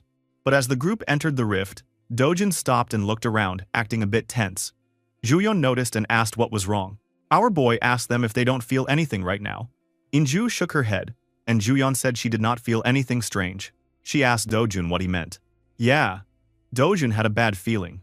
He realized that the mana, the magic power in the area, was getting stronger and stronger. It was rising fast, and something felt seriously off. Meanwhile, deep inside the rift, an unknown shadowy figure was standing around with glowing eyes, holding a phone. On the screen, there was a number, 23.51%. The shadowy figure said it would not take long for the percentage to hit 30% and called everyone pathetic insects. If they all just died, it would be easier. Then, Cleome Guild started feeling sick. One member said their body felt heavy and it hurt everywhere. Another said it was hard to breathe. Someone else realized that the mana was even thicker than in the Patesia forest, which was already famous for being super dangerous. Juyeon watched Dojun and realized this was the first time she had ever seen him look so worried. Whatever was inside this rift, it was definitely something new and crazy. A real problem, bro. After that, Inju tried to get everyone to chill out even though their bodies felt heavier and weird. She said that this was probably just something about this rift zone, no big deal, right? But nobody should lower their guard. She also told Juyeon to help protect the group and asked Dojun to do the same. Dojun just said that sounded good to him. Juyeon also agreed this was the best plan until they figured out why everything felt so strange. Inju kept reminding everyone that their goal was to close the rift, no matter what happened. She told the team to stay on high alert and move out. The whole Cleome guild yelled that they were ready, sounding pumped but also nervous. The group started to move deeper into the rift, going slow and watching for any trouble. Not gonna lie, it looked sketchy. Then, the scene switched over to another spot in Brazil, the Manaus Rift Zone. Here, there was a joint team of French, Korean, and Brazilian heroes trying to hold things down. Out of nowhere, this team got swarmed by killer bee hornet monsters. Bro, these things were flying, stinging, and tearing the heroes up. One French hero shouted that normally even C-rank heroes could beat these monsters, but now everyone was getting destroyed. His teammate looked totally freaked out. It got real ugly for them. Even the A-rank heroes, who were supposed to be super tough, were struggling hard. One A-rank with spiky hair fought back, but it was obvious he was losing. In his thoughts, the French hero realized that something was wrong. He felt heavy too, and ordinary attacks from these monsters felt super deadly. He worried about how many people were even going to make it out alive. Back to our MC, his group ran into a bunch of black orcs. These orcs were huge, muscular, and had scary glowing red eyes. One Cleome hero thought it was weird because these black orcs were way too strong compared to normal. One guild warrior decided he wasn't scared and jumped at an orc, yelling like he was in a superhero movie. He hit the orc, but the orc barely even noticed. Annoyed, the orc swung a massive battle axe at him. Juyeon had to push the warrior and another guild member out of the way before they got wrecked. The man she saved thanked her, shocked that she moved so fast. Juyeon warned everyone not to rush in without thinking, "Bad idea in a place like this." Then she jumped high into the air, her whole body glowing with a purple aura. She kicked one of the orcs right in the head and actually staggered it. The orc was super pissed now and tried to smash Juyeon with its axe. She was ready to block, but another orc came from the side. With her slick move, she made the orc kill its own friend. And then, as a finishing touch, she killed the other orcs. Looking at that, all the guild members watching thought to themselves that So Dojin's power made everyone forget Juyeon was also an insane S-class hero. She was super strong. But even so, the orcs were dangerous. Another orc came, but right then, Dojun showed up like a hero from an action movie and punched the charging orc so hard its head exploded. That was epic. With Dojun and Juyeon leading the charge, the rest of the team finished off the orcs pretty fast. Inju looked around and realized that if things were this tough at just the entrance, closing this rift was not going to be easy, even with both S-class heroes on the team. After the fight, Dojun knelt down by one of the dead orcs, with Juyeon beside him.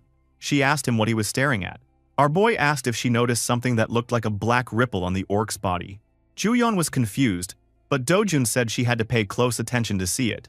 If you didn't focus, you wouldn't notice a thing. Then they both saw it.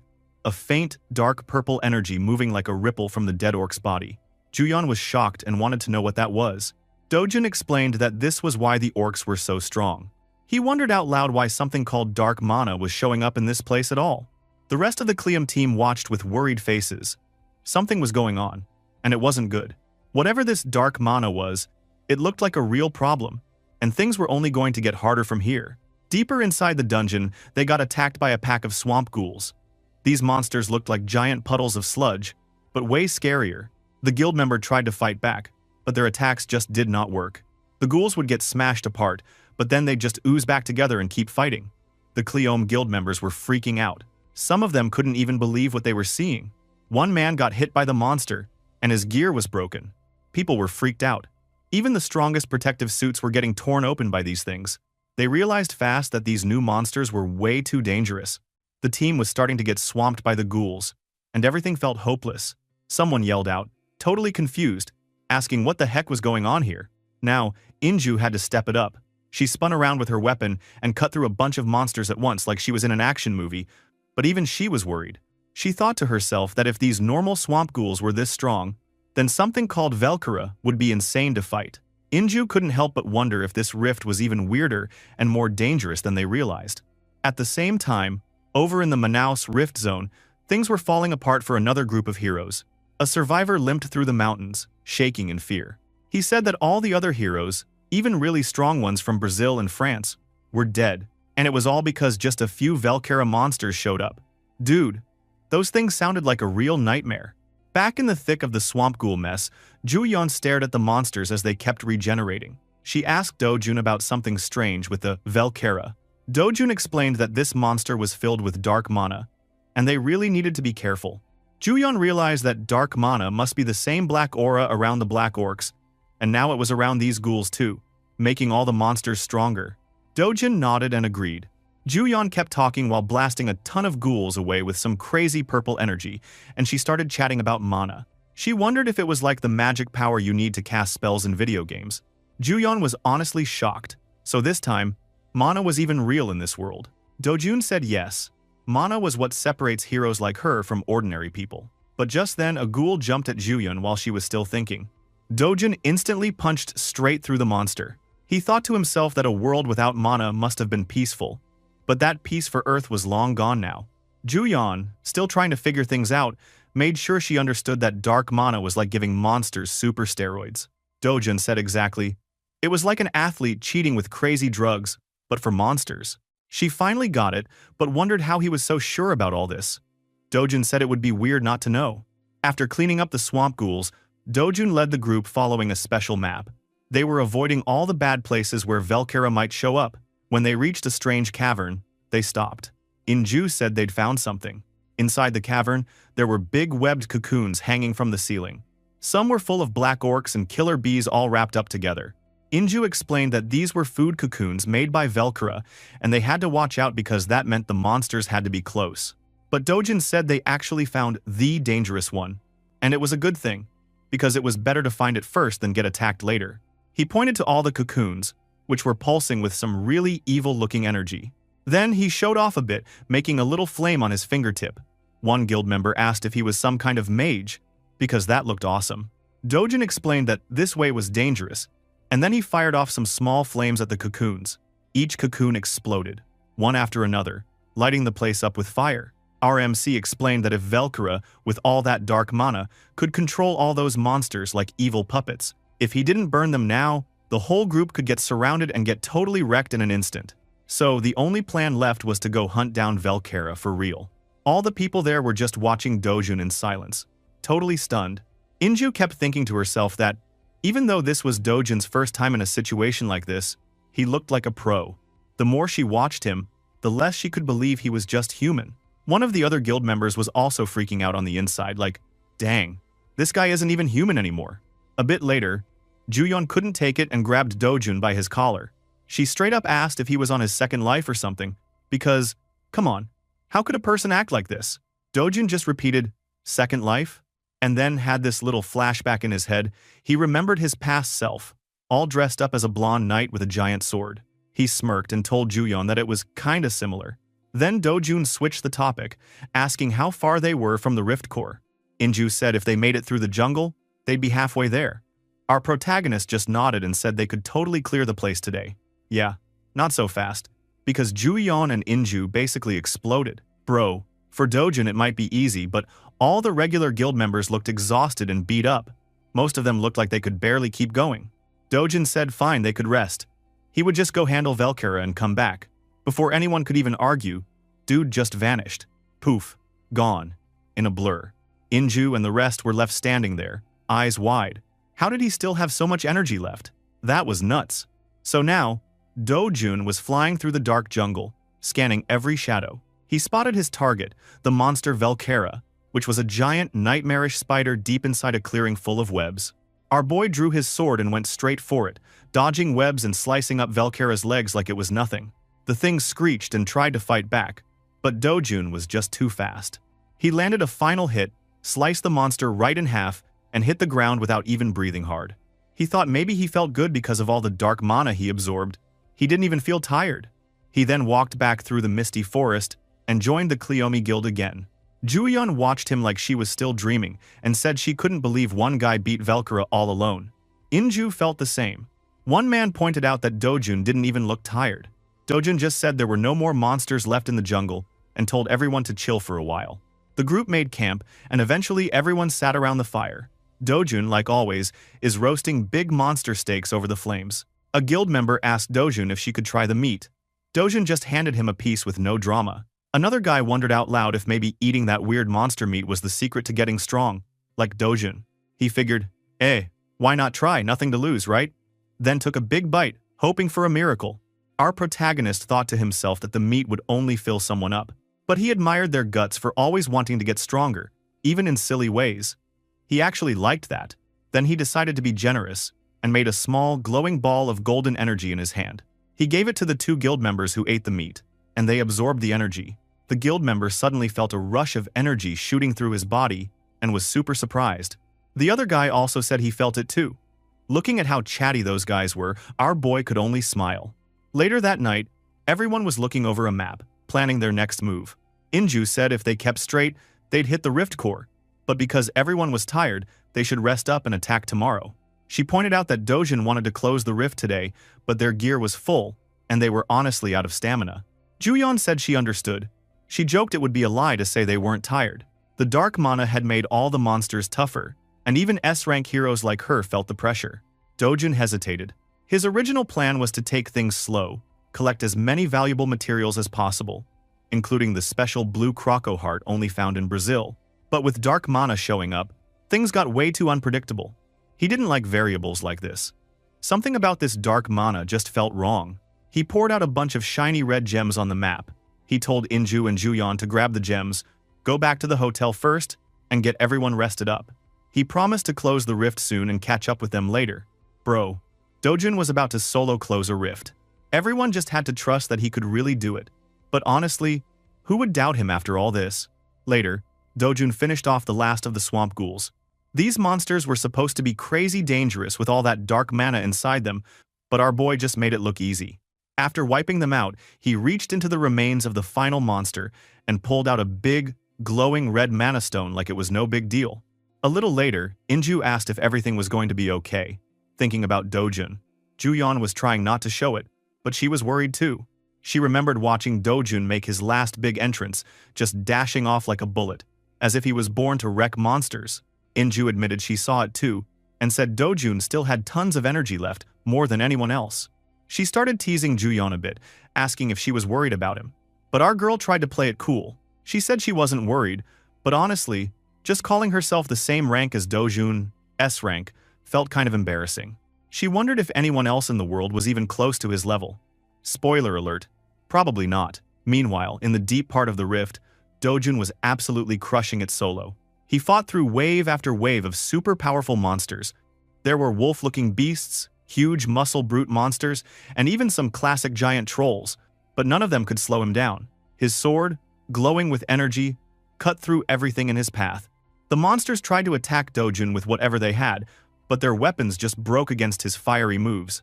He had this move where he cut open one beast, reached in, and took its heart. Dude didn't even flinch. He kept collecting red mana stones too, and his backpack was starting to fill up. He thought to himself that it was kind of wild how much loot he was getting from each monster, but he didn't slow down.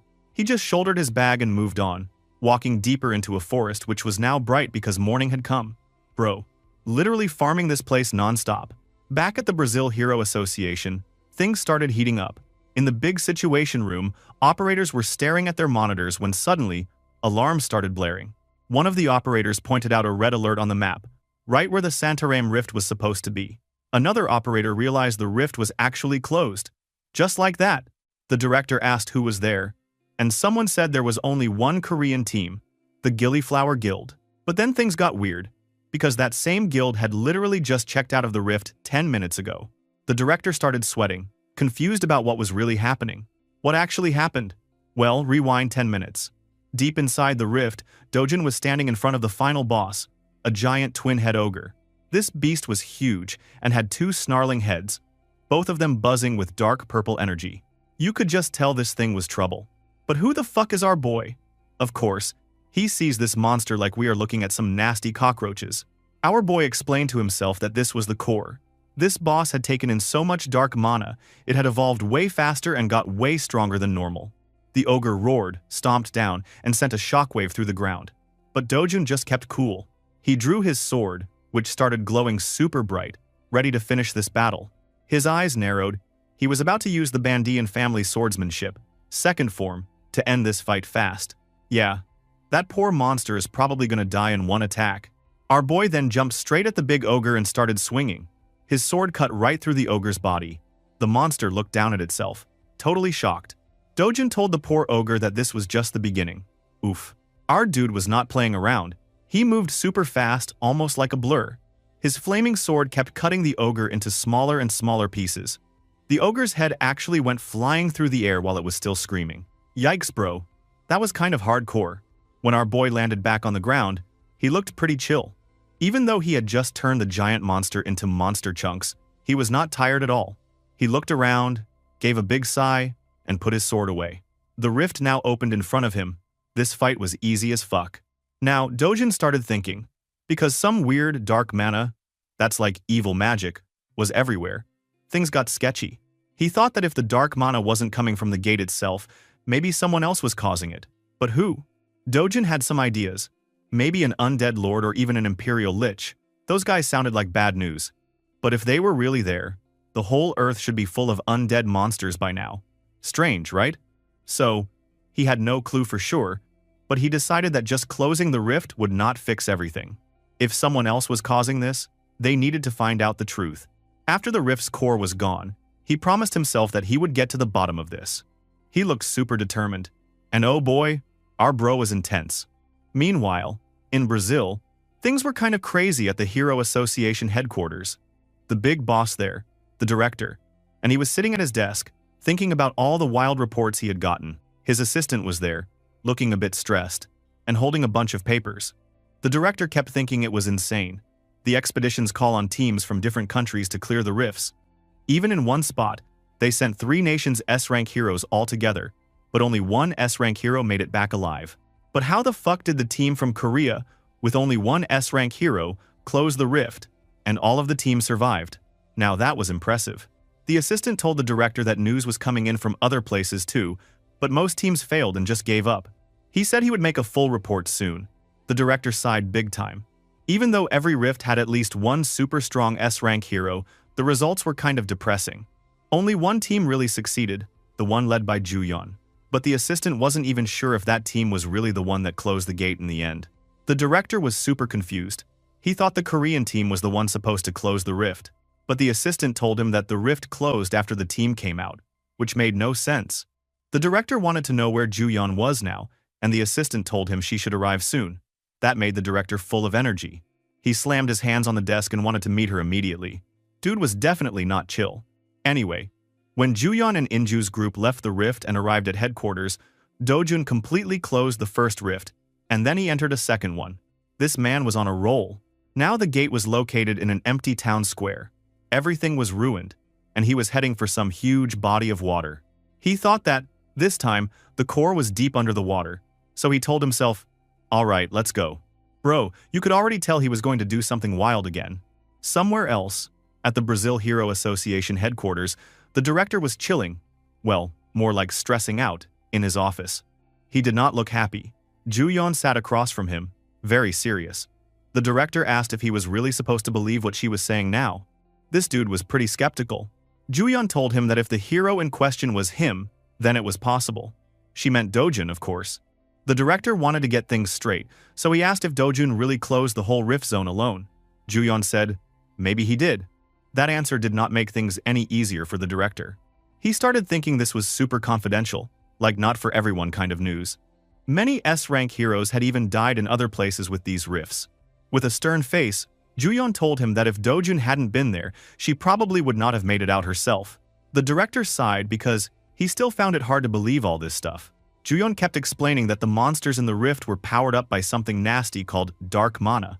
The director heard this and wondered if Dojun was actually stronger than all those monsters, and maybe even stronger than the S-class heroes. Juyeon just nodded a little. like she did not need to say more. But the director remembered more news. He said that in the south, there were reports of some cracks closing. That area didn't even have dark mana yet. Juyeon warned him not to relax. She said the danger levels were on a whole new level this time. The director was curious because she had mentioned that the color of the rift entrance was different, but there was still no real way to check the truth. But still, the best choice is to take everything under control and warn everyone not to enter the purple-colored gate. Then, the director grabbed his phone and told his people to check all the cracks everywhere in Brazil. Right now. This dude wanted to get moving. Juyeon then stood up, took out her own phone, and made a call as she left the office. She was calling Chairman Na Tae-hwang, the big boss of the Korean Hero Association. She was asking him if there were any changes in Korea with the dark mana situation. Tae-hwang told her it was the same as before and that there were no new reports. He also told her to stay sharp. Juyeon warned him that even S-class heroes could have a hard time if they had to deal with a bunch of monsters using dark mana. After all, she faced it herself. Chairman Tae-hwang thought to himself that if a boss-level monster powered up with dark mana showed up, the results would be scary. So, he knew they needed to get super prepared. Both of them were serious. This was no time for jokes. Meanwhile, at an underwater rift, Dojun was getting ready for some deep-sea action. He stood waist-deep in the water, looking like he was about to go scuba diving, but without the gear. Well, most rifts like this village with big water near it would have their core in water, like a river or lake. Problem was, most people could not breathe underwater. Only a few heroes had special talents for this. Like Ivan Rupert, he was a big underwater pro from New Zealand with underwater breathing powers, which sounded pretty classy. But Ivan wasn't here, just Dojun. So what he could do was just try to hold his breath and clear this gate fast. Anyway, Dojun could feel the dark mana lurking under the water. No time to waste! He jumped in and sank below the surface into the deep, dark place. It was really dark down there. He could tell right away that the water was like that because of all the dark mana. Suddenly, shadowy, eel-like sea monsters started swimming around him. But thank God that fish Netrol. Our boy thought he should first handle the weight to stand inside the water, and then get ready to resist any attacks. Then, as he was now able to stand out of nowhere, a giant armored sea monster called an Arachon came charging up from below. The dude looked like a big problem, especially since it was hyper from all that dark mana. Dojun just clenched his fist and let out a big shout. That punch was hardcore. It smashed the Aracon's armored head into pieces. Just like that. Body parts floating everywhere, dude. But that was only the start. Swarms of insane-looking, red-eyed piranha fish rushed at him. Our protagonist just moved through them like it was nothing, grabbing them and crushing them in his hands, one after another. Bro, if even Ivan Rupert, the underwater hero, would freak out if he saw this. For real. Anyway, Dojun kept fighting like a machine. He punched and kicked his way through the whole team of monsters, making it look easy.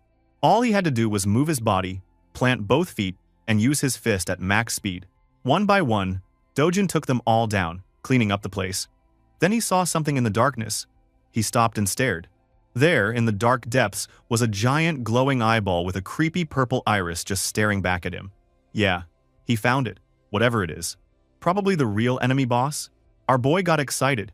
He realized he was looking at some monster called Acromos, and apparently, this thing was legendary back in his old world. Only a legendary hero ever managed to hunt this thing down when it first showed up. And now, instead of panicking, our MC just got this wild, confident smirk on his face. He thought there was no way he could skip out on a chance like this. Dude was so pumped to fight something this rare. But then, the fight got crazy. Acromos opened its giant mouth and started sucking in the water like a giant vacuum cleaner. That swirl of dark purple energy was so strong, it was pulling in everything. Fish, water, and even Dojun himself. Our boy had to slam his feet down and fight to not get pulled in. He knew this monster had no real predators, and its main move was to trap enemies in some weird, subspace pocket inside its mouth and eat them whole. Not a good way to die, bro. Normally, he could just punch this thing to death and be done, but Dojun had bigger plans. He wanted that subspace for himself, so he decided to hold back on smashing and try to control it with his mana instead. Easy, right? Nope. The suction was still nuts. He blasted out with a huge wave of golden mana, and all the little fish monsters around him got roasted instantly. But Acromos just kept pulling, and Dojun could tell he was about to get dragged right in. So, the dude changed tactics. He started sucking in all that dark mana from the deep sea, even though his body definitely wasn't loving it. He got a cut on his cheek and everything. Our MC could tell he was pushing himself way too hard, but he decided to go all in anyway. Suddenly, the whole world flipped, his body was too strained, and he was getting sucked into Acromos's vortex. But instead of freaking out, he just powered up his hand with a burst of fiery golden mana. He risked everything and pumped out every bit of his mana. Next thing you know, bam! The scene switched.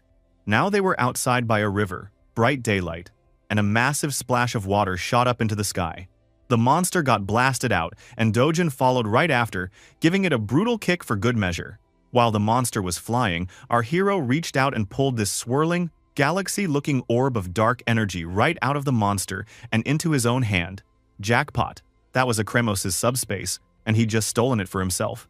The monster hit the river with a huge splash, and everything finally went calm. After that, our boy woke up lying in the grass, looking like he'd just had the world's hardest nap. There were a bunch of white birds chilling around his head, pecking at his face. Dojin woke up with a huge sneeze, scaring all those birds away. He felt a little out of it, but after checking out his hand, he realized his mana was even stronger than before. He figured all the pain was totally worth it, especially since now he had that subspace orb floating next to him. For the cherry on top, Dojin just tossed his stuff, his bag and sword, into the subspace like it was no big deal. He did a big stretch, feeling pretty satisfied with himself, and decided he was done with this place. Time to close the rift and head back home. Our hero stood by the river, watching the sunset and those birds flying off, probably thinking about how nobody else could ever pull off something that badass. Dude really was on another level. Anyway, back to the Korean Hero Association building. Chairman Taewong was chilling in his office, but his whole vibe was just, not happy. His aide came in with some bad news, saying that, even if it wasn't official, people were saying some top heroes had died. That hit the chairman hard, and he started thinking about how they'd just lost some amazing talents. Apparently, these deaths all happened in certain rifts, not everywhere, but still, spooky stuff. The aide was waving a document around, and the chairman couldn't help but think about our boy Dojun. Somehow, this kid had managed to clear out a rift that was supposed to be impossible. Honestly, even the chairman was surprised at how much of a legend Dojun was turning out to be. Now, the aide brought up the whole Brazil situation and Ryoma Takashi's mess. The chairman was kind of happy, saying at least Korea's heroes, especially Ju-yun, were getting all this international hype. But then he got serious, asking if anything weird was going on in the Korean rifts. The aide said nope, Brazil's situation seemed unique, for now. The chairman told him not to get lazy, to keep eyes on everything, every second. Can't blame him, you never know when these rifts will go nuts. The aide admitted he was worried about Dojun, being stuck in Brazil and all. But the chairman just laughed it off, saying that if anyone should be worried, it was probably the Brazilian head guy, Chairman Lopez. He figured Lopez was about to get totally hustled by Dojun, like, to the point where the guy would lose his pants. The aide needed a second to get that, but then Chairman Taewong just started cracking up, smacking the table and everything.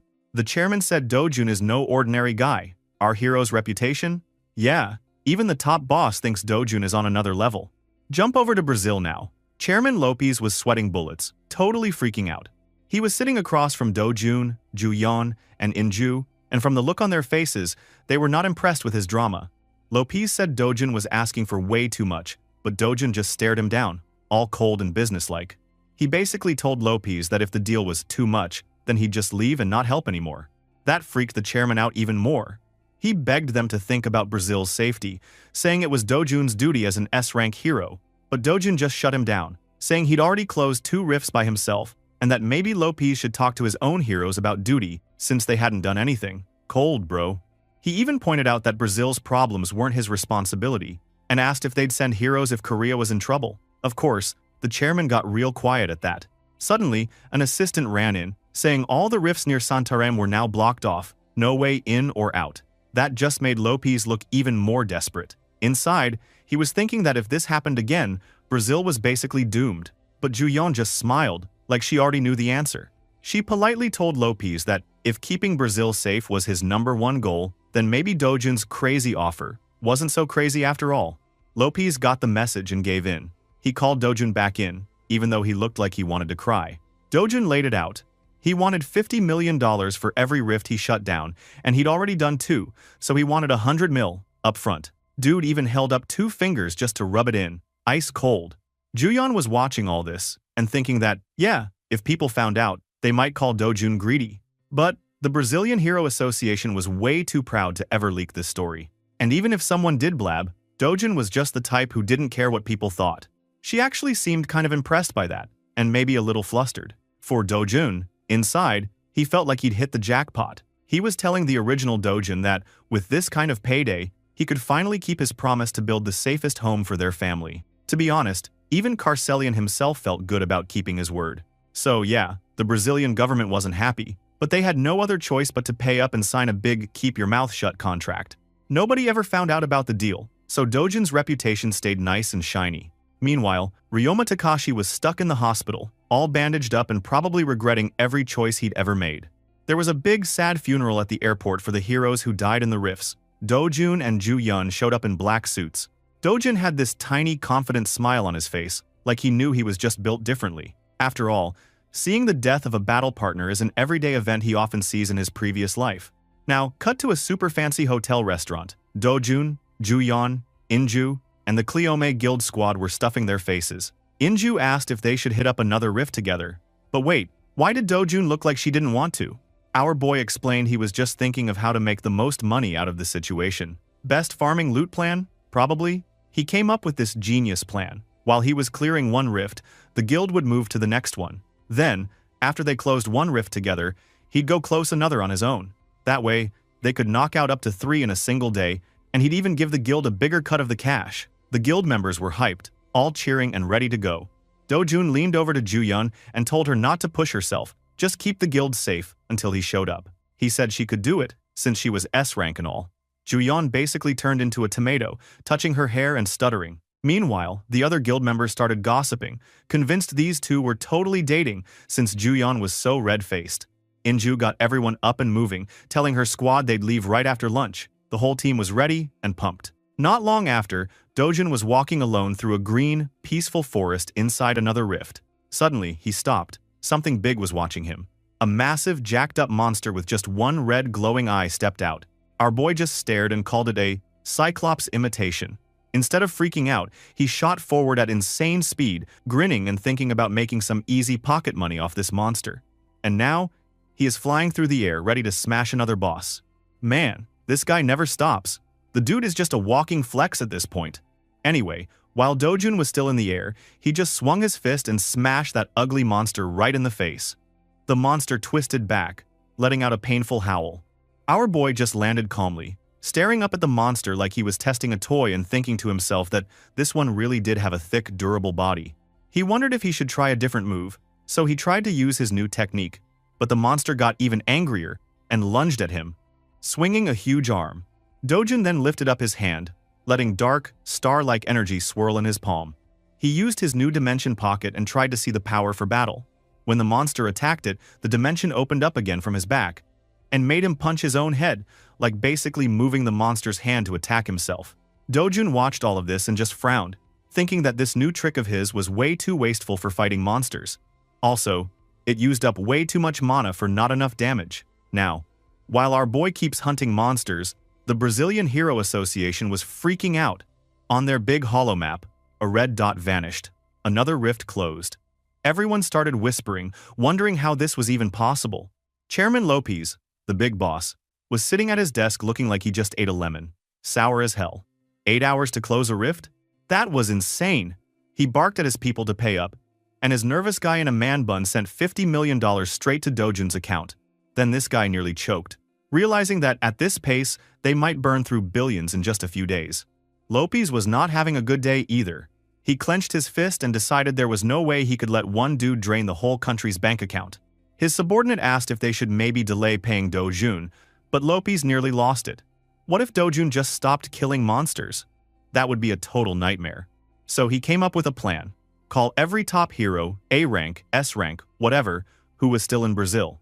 He said they'd put together a special team, offer a fat reward, and make them race Dojun to see who could close more rifts. Whoever beat Dojun in closing the gate would get $10 million per rift and all the support they needed. And just like that, it was game on. A whole squad of buff, serious-looking heroes got lined up for battle, ready for a showdown. The big question, who could clear more rifts, Dojun or basically the entire world's hero squad? The news traveled fast. In his fancy office, Kang Yongpyo also got a message from Lopez and started smiling in a way that just screamed trouble. He thought it was about time Lopez tried something, since all the talk about S-rank heroes dying was making everyone nervous. The reward wasn't huge for him, but at least the job would be easier with so many people. Or so he thought. While his team chatted, someone pointed out that Dojun wasn't on the special hero list. Neither was Juyeon or Inju. Yongpyo got all suspicious, asking what the hell was going on, but nobody had an answer. He clearly didn't like it one bit.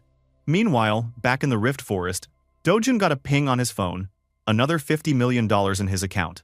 Juyeon walked beside him, smiling. She explained that the Hero Association was probably getting desperate, so they had called in every hero they could from all over the world. Our protagonist shrugged. He figured the association wasn't stupid, they just wanted to save money and not let him take all the loot. Juyeon teased that Dojun was way too generous for his own good. Inside, though, he was thinking the association was trying to be sneaky, but he honestly didn't care about the cash anymore. He got more than enough money to protect Dojun's family. Also, there was something way more important for him to do now. Just like the association planned, this whole race only made everyone work faster. Both sides, Dojun's squad and the United World Heroes, started closing rifts at lightning speed. Days went by in a blur. The scoreboard kept updating. Some rifts closed by Dojun and the Cleome Guild, some by the World Team. But the World Team was taking hits. Some heroes got injured, a few seriously. Meanwhile, Dojun was out there soloing rifts like a boss, hoodie up, sword swinging, all calm and cool. After a few days of this madness, the poor office staff at the Brazil Hero Association looked like zombies. One dude's eye bags were basically on the floor. His coworker teased him for it, but the guy just sipped his coffee and tried not to cry. He complained that even coffee didn't help anymore. The rifts with dark mana were getting cleaned up fast, but that just left a bunch of other rifts sitting alone and getting weirder day by day. Nobody knew what would happen next, so the monitors ran 24/7 and everyone was on edge. Then, suddenly, alarms started blaring. The red dot on the map disappeared, and everyone got shocked, couldn't believe their own eyes. Somebody shouted that Rift Zone B41 was finally closed. The whole building just exploded with cheers. People were fist-pumping, high-fiving, even crying a little. One poor dude was bawling like he'd just won the lottery and survived a horror movie at the same time. That's how hard these rifts had been on them. Then, over in Chairman Lopez's big office, his right-hand man bustled in, practically skipping. He told the chairman they'd crushed it. They closed all the rifts within 50 kilometers of Santarem. Lopez let out a long sigh, finally relaxing in his chair, and asked if that really meant the emergency was over. His guy said, "Yeah, all the rifts with that nasty dark mana were gone." Chairman Lopez nodded and started to relax, but then he stopped himself, thinking out loud that there were still some rifts left, but hey, one day without panic would be good enough for now. The subordinate had no clue what the boss was on about, but Lopez just got this sneaky little smirk. He said they should throw a party for all the heroes and agents who'd worked their butts off. Honestly, those dudes deserved it. So, that night, the park turned into party central. There was steak sizzling on the grill, fancy people in shiny clothes with drinks in their hands, and a jazz band playing smooth tunes under the trees. Everybody looked like they had just stepped out of a movie. Our hero Dojun rolled up in a crisp suit, with Juyeon and Inju looking like $1 million too. They strolled over to Lopez, and Juyeon told him they were there to say goodbye because they were planning to head back home now. Lopez nearly spilled his drink, totally taken off guard. He stuttered, asking if they really wanted to leave already, and pointed out there were still plenty of rifts left. Shouldn't they finish the operation first? Inju jumped in, cool as ever, and told him their job was just Santarem, so they were done. Lopez looked like he was about to cry, and begged at least Dojun could stay, right? That's when Inju's eyes narrowed. She called Lopez out, saying he just wanted Dojun to stay, and turned to ask our boy what he thought about all this. Dojun, like always, barely showed any emotion. He just said he had already made enough money and got some rare monster parts, like the blue Croco's heart, so maybe he'd just leave. Looking at Juyeon's reaction, Inju teased her a bit. Juyeon must be feeling bad and don't want to leave Dojun's side, right? Juyeon blushed and stammered to say it's not that. But thank God, Dojun leaves and Lopez seems rejected. So, our boy must be back to Korea, right? But before Juyeon could take a breath, that brat came to another woman. He was talking to Gloria Tyler, straight up looking like a movie star. Inju spotted it right away and nudged her friend, telling her to go see what kind of secret meeting was going on over there. Juyeon just stared, saying it was a crowded party, so there couldn't be any secrets. But Inju got all fired up, saying that with a beauty like Gloria in front of Dojun, he wouldn't notice anyone else. If Juyeon didn't move, she'd lose him for sure. Not wanting to lose her crush, she decided to move closer. But suddenly she could hear the conversation, and Gloria said this was a good chance for Castle to, well, do something. Hearing that, our girl wondered what she meant. Wait, it wasn't something weird, like them living together, right? In the end, Gloria handed Dojun her business card and told him to contact her anytime if he wanted. Juyeon couldn't help but think that Gloria was seriously pretty. But Dojun's face was still in his famous poker face. Wait, was she actually jealous? She couldn't believe she was even thinking that. Girl, just confess, or another girl will steal your man. Anyway, Dojun suddenly asked Gloria for a favor. He told her about the gold market, this famous global event held in Las Vegas, and asked if he could get an invitation. Gloria just smiled and said there was a small catch. Dojun had to visit her house a week before the event. Hearing that, Juyeon's brain just short-circuited. In her mind, she pictured Gloria waiting for Dojun in a nightgown, and she started to panic. But of course, trouble had to show up. Kang Yongpyo, the world's most annoying S-rank, walked over, smirking like he was the star of his own show. He said it was a great sight, really great. Korea's top beauty and America's top beauty standing with the mysterious hero? That was a whole vibe. He totally mocked Dojun, saying he had a flower on each arm and that it must feel like he had the whole world. Yongpyo's eyes narrowed, all menacing, and our MC tensed up inside. Something was about to go down, and even Juyeon could feel it. She thought this was bad news. Suddenly, Yongpyo let out this huge fake laugh and told Dojun not to be so nervous, acting like he wasn't planning anything. But then he dropped the act and said he just wanted to introduce someone, a friend. That's when Ryoma Takashi showed up, looking like he wanted to kill someone, still with his broken hand. Dojun's eyes went sharp, ready for whatever came next. Why this fucker came here again? Anyway, Juyeon, standing with Gloria, looked surprised and a bit worried. She wondered how Takashi got out of the hospital already. Daniel Lopez, the guy running the party, was watching all this go down from a distance. He was stressed, like super stressed, because he didn't want Takashi to meet Dojun again. He kept thinking this was the worst timing ever. So, Dojun and Takashi locked eyes. Our boy gave him a little smirk, acting all calm, and asked if Takashi's body was feeling better now. Takashi smirked right back and said that, thanks to him, he had a very unforgettable experience. Bro, the tension was insane. Chairman Lopez, trying to play peacemaker, went up to Takashi with a worried smile. He told him that he hadn't invited him because he thought it'd be too much, but now he was relieved to see him up and fine. Then he tried to guide Takashi away, talking about a comfy sofa. You could tell Daniel was just trying to avoid a fight. Yongpyo was watching all this from the side, looking annoyed at how the chairman was ruining his fun. But then he turned back to our hero, Dojun, with that annoying smirk on his face. This guy really thinks he's the main character or something. But Yongpyo, being the snake he is, started poking at Dojun, asking if Takashi ever got an apology, saying he deserved one since he was the one who got hit. Man, this guy was trying to start something for sure. Our MC was not about to play nice though. He clenched his fist, and you could see he was trying to keep it together. Juyeon and Gloria just watched, both looking worried, like they knew something explosive was about to happen. Then Dojun called out to Takashi, his voice hard. He said that Yakuza were trash, straight up, no filter. The dude's eyes even started glowing red, and the whole party went silent. Everyone was shocked, even Juyeon, who thought what the hell was happening.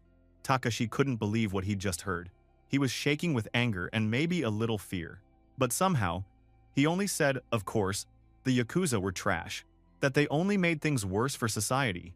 He also called them garbage, right in front of everyone. Chairman Lopez freaked out, grabbing Takashi's shoulder and begging him to calm down. But it was too late. The whole party was watching. Suddenly, he played some kind of voice note from his phone. From there, people could hear two men talking. It was Yongpyo and Takashi himself. Yongpyo told him they should hurry up and do what they talked about before. Takashi was confused and asked what he meant, and Yongpyo reminded him there was someone in Brazil they needed to take care of. Takashi tried to remember, and then Yongpyo just said it, so Dojun. Some of the other guests were freaking out at this point.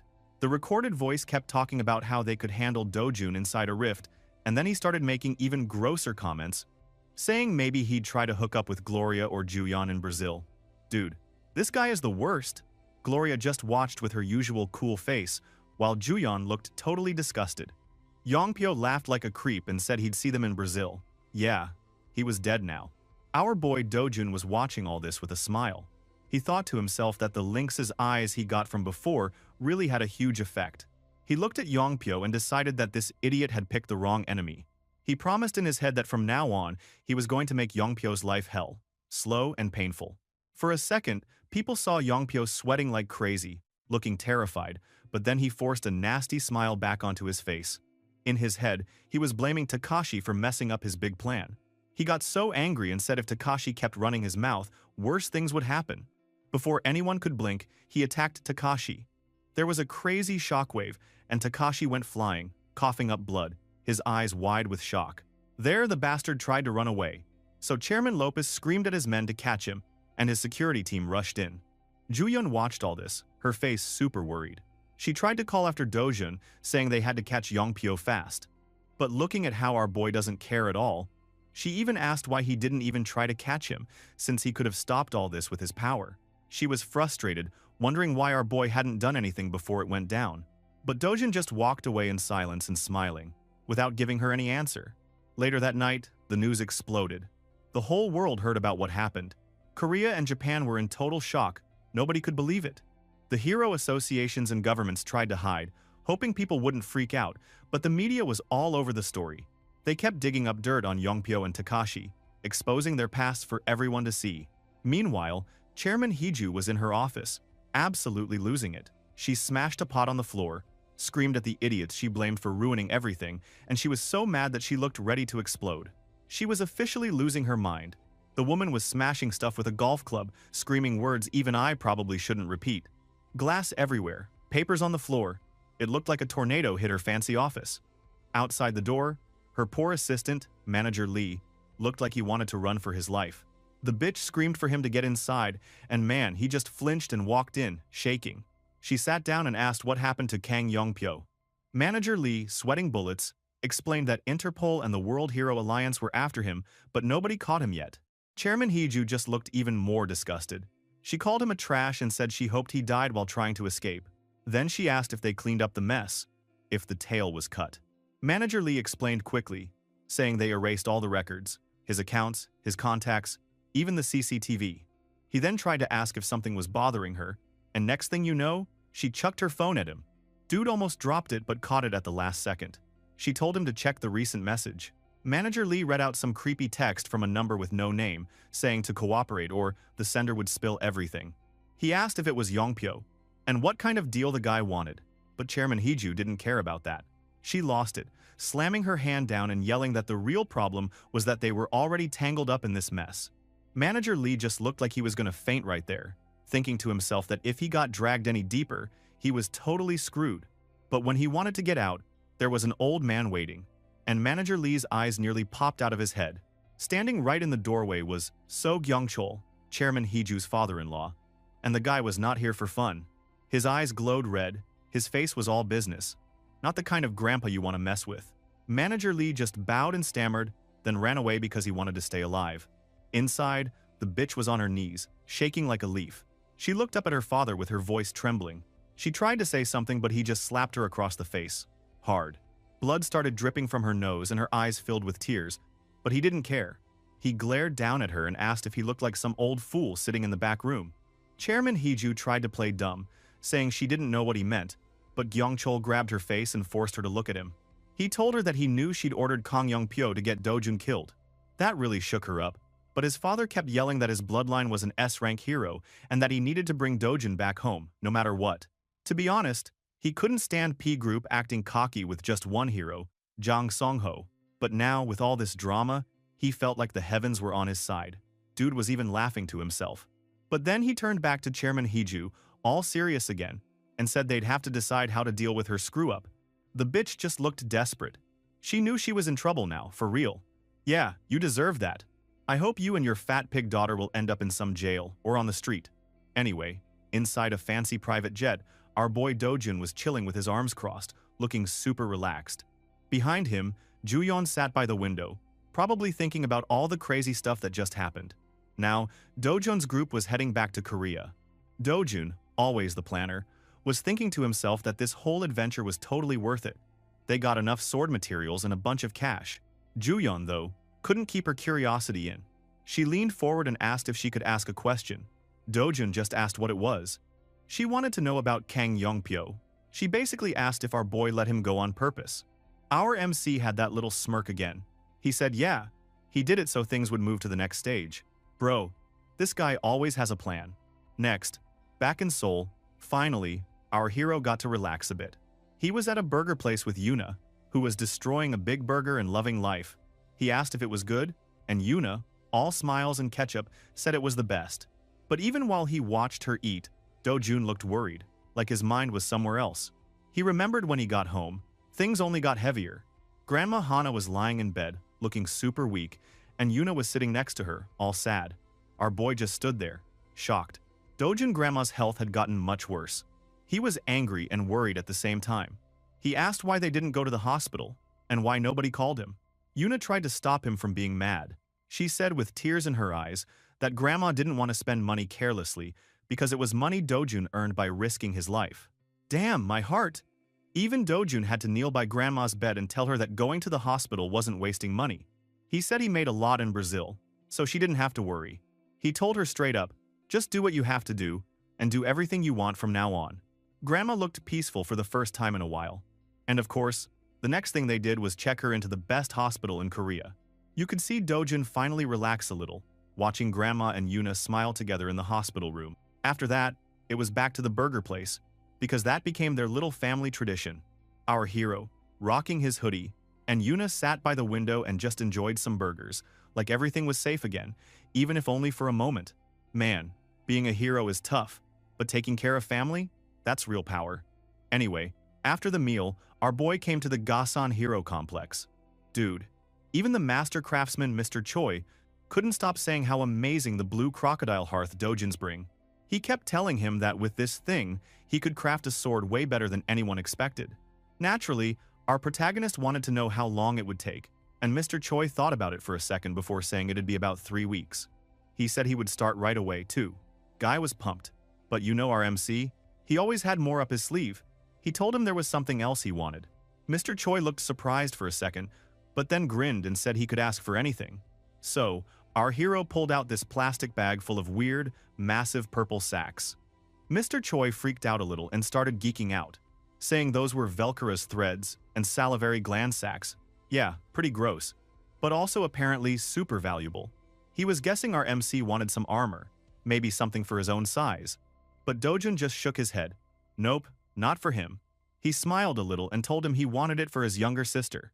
That caught Mr. Choi off guard, and he started asking if she was a hero too, since armor made from Velcro's thread was famous for being crazy strong. Forget lining up for the latest shoes. Heroes had to line up just to get this armor. Our protagonist just smiled again and pulled out his phone to show a super cute photo of his sister Yuna. Mr. Choi straight up lost it, calling her adorable. But Dojun was serious. He wanted the armor to look like normal clothes, not some battle suit. Mr. Choi said he got it, but then he started worrying because kids grow too fast, and she might not even fit in the armor after a year or two. Our MC came prepared though. He pulled out a bottle of this bright green liquid, called it the essence of Telepoo, and explained that if you mixed it with fabric, it made the material stretch 10 times more. Hearing this, Mr. Choi looked like his brain just broke a little. He couldn't believe it, but Dojun just grinned and said he was looking forward to seeing the results. But Mr. Choi was wondering where the hell Dojun learned about all these rare materials. Last time, it was Cyclops blood. Now this? The dude was just confused. Meanwhile, our MC was leaving, looking all cool with a smirk, and said it was all because this was his second life. Bro, nobody would believe that if you said so nonchalantly like this. Meanwhile, in the middle of a busy city, Park Sung-wook was striding down the street, then into a basement cafe called Paradise Cafe. He was all judgy, thinking that any owner who set up a shop in a basement can't be very smart. But he was also glad, because he could finally meet that person in peace. He walked over to the table where a dark hooded figure was sitting. Yep, our man Dojun again. Sung-wook was already wondering if there was some secret reason a hero like Dojun wanted to meet here. He then handed over his business card, introducing himself properly. This man used to be a big shot at S Group, but now works freelance. Dojun introduced himself too, and Sung-wook sat down across from him. He cut right to the chase, saying Dojun was a hot topic hero these days and asking what he wanted. Our MC said Hyun Juyeon had introduced them, explaining that Sung-wook was the guy who helped rich people and heroes do things quietly. Well, the man admitted he could do pretty much anything, as long as it wasn't illegal. Dojun finally told him his big plan. He wanted to build a house. Sungwook was like, dude, why not just go to a construction company? But then he figured it out. Our MC wanted a really special house. Dojun nodded and got super serious. Well, he said he needed the safest house in the world. Sungwook, still cool, asked about the budget and where our boy wanted the house location. Dojun just said Seoul, and the budget was about 500 billion won. Hearing that, Sungwook legit spit out his coffee all over Dojun's face. That was an insane amount of money. Our boy asked if he had never had that kind of budget before, and Sungwook got flustered, insisting that wasn't the case. He started joking that maybe Dojun wanted a castle, not a house. Well, Dojun actually thought about it for a second and said maybe a castle would be better, and asked if 1 trillion won would cover it.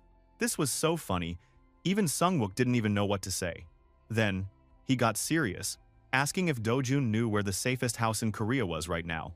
Our boy said it was probably the chairman of the S Group's place in Gangnam.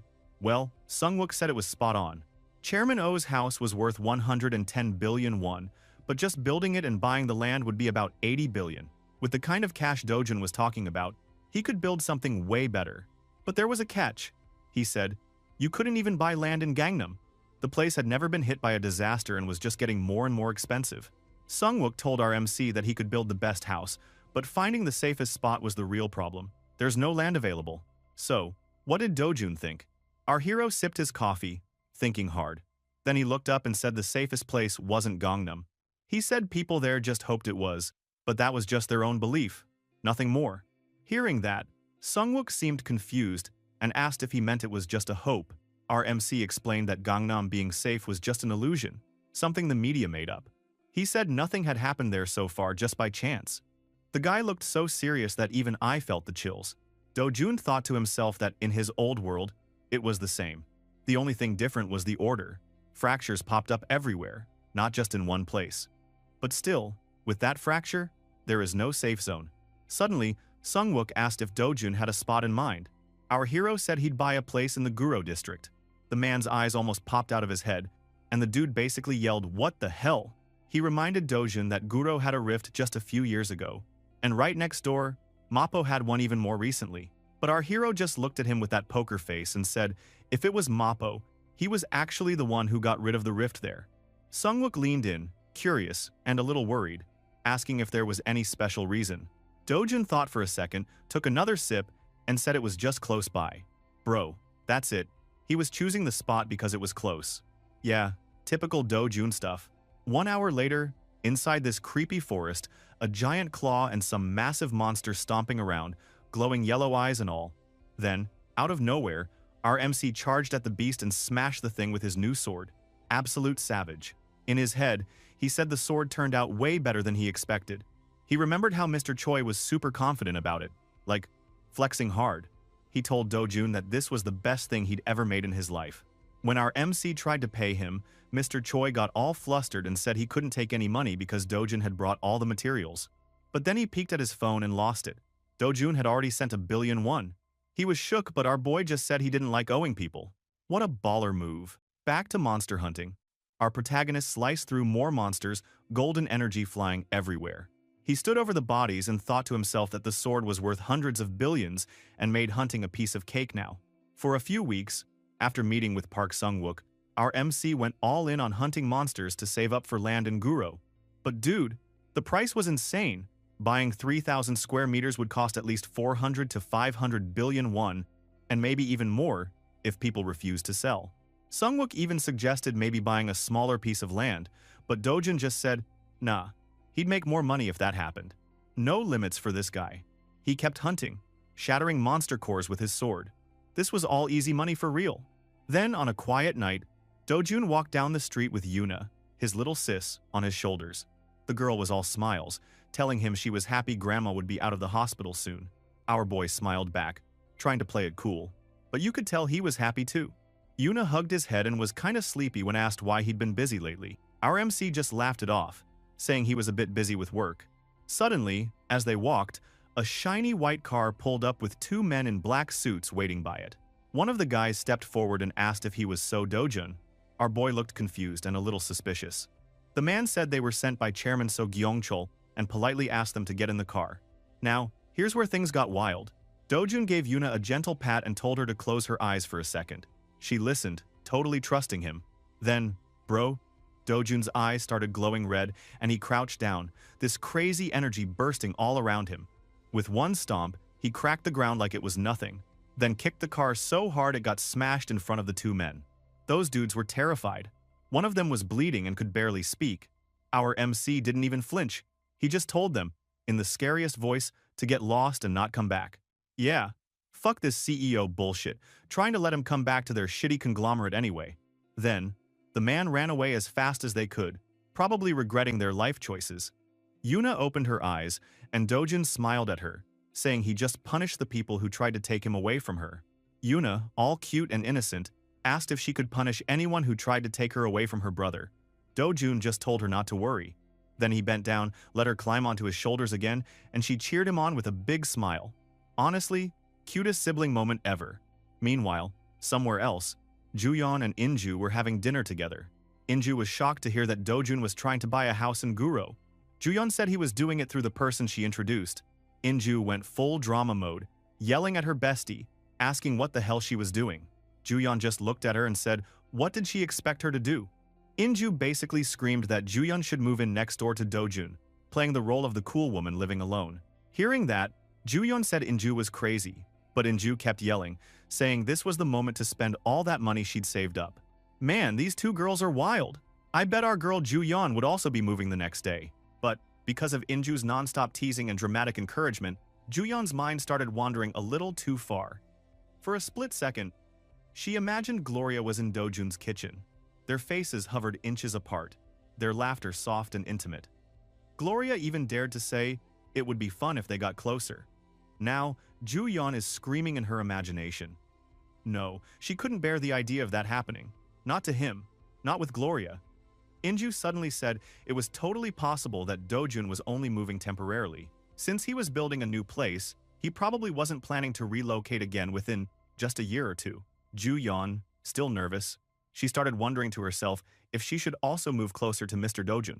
Then, her sister noticed that she getting all tense and teased her, laughing about how nervous she was acting. Juyeon freaked out and called her in a dramatic way. But Inju suddenly turned serious. She said she wasn't kidding at all. She explained that after what happened in Brazil, their guild had to play things smart wherever they went. She said if that was the case, she would rather go all out, like a sports car, speeding down the autobahn. Honestly, that sounded insane. Now, Juyeon looked at her and asked if Mr. Dojun was the sports car in this situation. She said that didn't even need to be asked, because everyone knew he was on another level compared to the other S-rankers. Her sister just confidently smiled, saying she even wanted to build a mixed-use building and run the guild office out of it too. She thought that actually sounded pretty good. Then Inju raised her wine glass and told her sis to hurry up with her plans too. Juyeon agreed, still nervous, and their glasses clinked in a toast. Anyway, now, at the Korean Hero Association office, our hero was there, but he wasn't alone. The big boss, Na Tae-wong, was waiting for him, looking all tough, with his spiky blonde hair and beard. The guy didn't waste time. He said Dojun had closed 9 rifts in just 2 weeks, and the amount was pretty wild. He called him in because he wanted to hear his reason for doing that, and he asked if Dojun thought Korea was about to get as dangerous as Brazil. Our boy didn't look stressed at all. He just pulled out his phone and showed his bank balance. 452 billion won. Yep, you read that right, billion, bro. He calmly said it was fine for now, but Na Tae-wong wasn't done. He asked why Dojun was so obsessed with hunting. Our MC, cool as always, turned around just a little. He said he was just doing what was in front of him, and that he needed money. The chairman couldn't believe it. He was like, money? But Dojun was dead serious. He wanted to build a house. He even said there was something about the construction he wanted to ask of Chairman Na Tae-wong. After that, things started moving fast around the city. The land deals exploded in the area where our MC was buying property. Juyeon, Inju, Na Tae-wong, and even people from Gillyflower Guild started getting in on it. And somehow, even other heroes and real estate speculators found out what was happening and started buying up land too. There was one real estate guy who basically lost his mind, laughing about how, if you really wanted to invest, real estate was the only way. He even ordered his worker to find out exactly where Dojun was buying and to grab as much land nearby as possible. The poor subordinate could only say yes and get to work. Then, rumors started flying everywhere, and more people jumped in. Land prices in the Guro district basically went crazy. But here's the thing, bro. Our boy had already locked down over 10,000 meters of land. That's a huge flex. Now, he was seen slamming blueprints onto a table. His buddy Park Sung-wook was there with him, looking at the blueprints and getting more confused by the second. Our boy asked if that was all of it. Park Sung-wook had no idea why Dojun wanted to build a house that was less than 500 square meters on a piece of land over 10,000 meters. He straight up asked what our hero was going to do with all the extra space. Then, our MC kept a serious face and handed him a document. He said he needed to make the house safe. Park Sung-wook, still totally lost, pointed to a round wall on the plans in the document and asked if Dojun was really trying to build a castle wall. The poor guy looked like his brain was about to explode. Then, he thought, since there was no need for fancy interior work, the house could be built fast, but they needed to tell the district office what the building was for. Our boy just smirked and said Chairman Na Tae-wong would take care of that. Park Sung-wook had no idea what kind of house needed the Hero Association's chairman to help. Now, the scene switched up. Out in a rift zone, a wild green forest, a massive, multi-limbed monster came crashing out of the ground, blasting red energy everywhere. Our hero was just strolling through the forest, humming to himself with a sword strapped to his back. Meanwhile, at the office, Park Sung-wook asked Na Tae-wong if Dojun himself had made a personal request. Then the chairman told him yes, that Dojun's request was pretty bold. Then, the action cut back to the rift, where Dojun was dodging attacks from a huge, bird-like monster. Back at the office, Park Sung-wook was losing his mind, asking if they were really trying to tame monsters now. Na Tae-wong just laughed and said he was shocked too. He said monster taming was totally unheard of. Meanwhile, now, our boy is walking to a giant, glowing volcano in the forest, sword still at his side. Then, he arrived in a cave. He stood alone. The ground cracked under his feet with power. Back in the office, Na Tae-wong explained that our hero had asked for permission to raise monsters on his land. That's right, bro. Our boy was planning to keep monsters as pets or something. Everyone was so shocked. Then he told him what was even more surprising. Turns out, the monster Dojun wanted to tame was Caesarion, a gigantic, terrifying serpent monster with glowing red eyes and a mouthful of sharp teeth. Inside the cave, our boy was already faced with it, who was roaring like crazy. Our MC's eyes glowed, and he told Caesarion he would take it easy today. He gripped his sword, and the ground split under the pressure. Caesarion whipped his massive tail, and the two of them went at it. The fight was nuts. Our boy was a blur, dodging attacks and swinging his sword. Caesarion's huge body smashed around. Dojun kept moving, his sword smashing into the monster's scales. After what felt like forever, and a shot of a giant volcano to show time passing, the fight was over. 1 hour later, the monster was lying on the ground, totally wiped out, eyes half closed, and tongue hanging out. Our MC just knelt by Caesarion's giant head and gave him a gentle pat on the snout. He told Caesarion he'd come again and said to him to take care. Then our boy walked off, still humming, looking pretty pleased with himself. The monster just grumbled quietly as our boy walked away. Anyway, now, in Juyeon's bedroom, the clock hit 7 a.m. Her phone started buzzing like it was about to explode, and her tired hand reached out to grab it.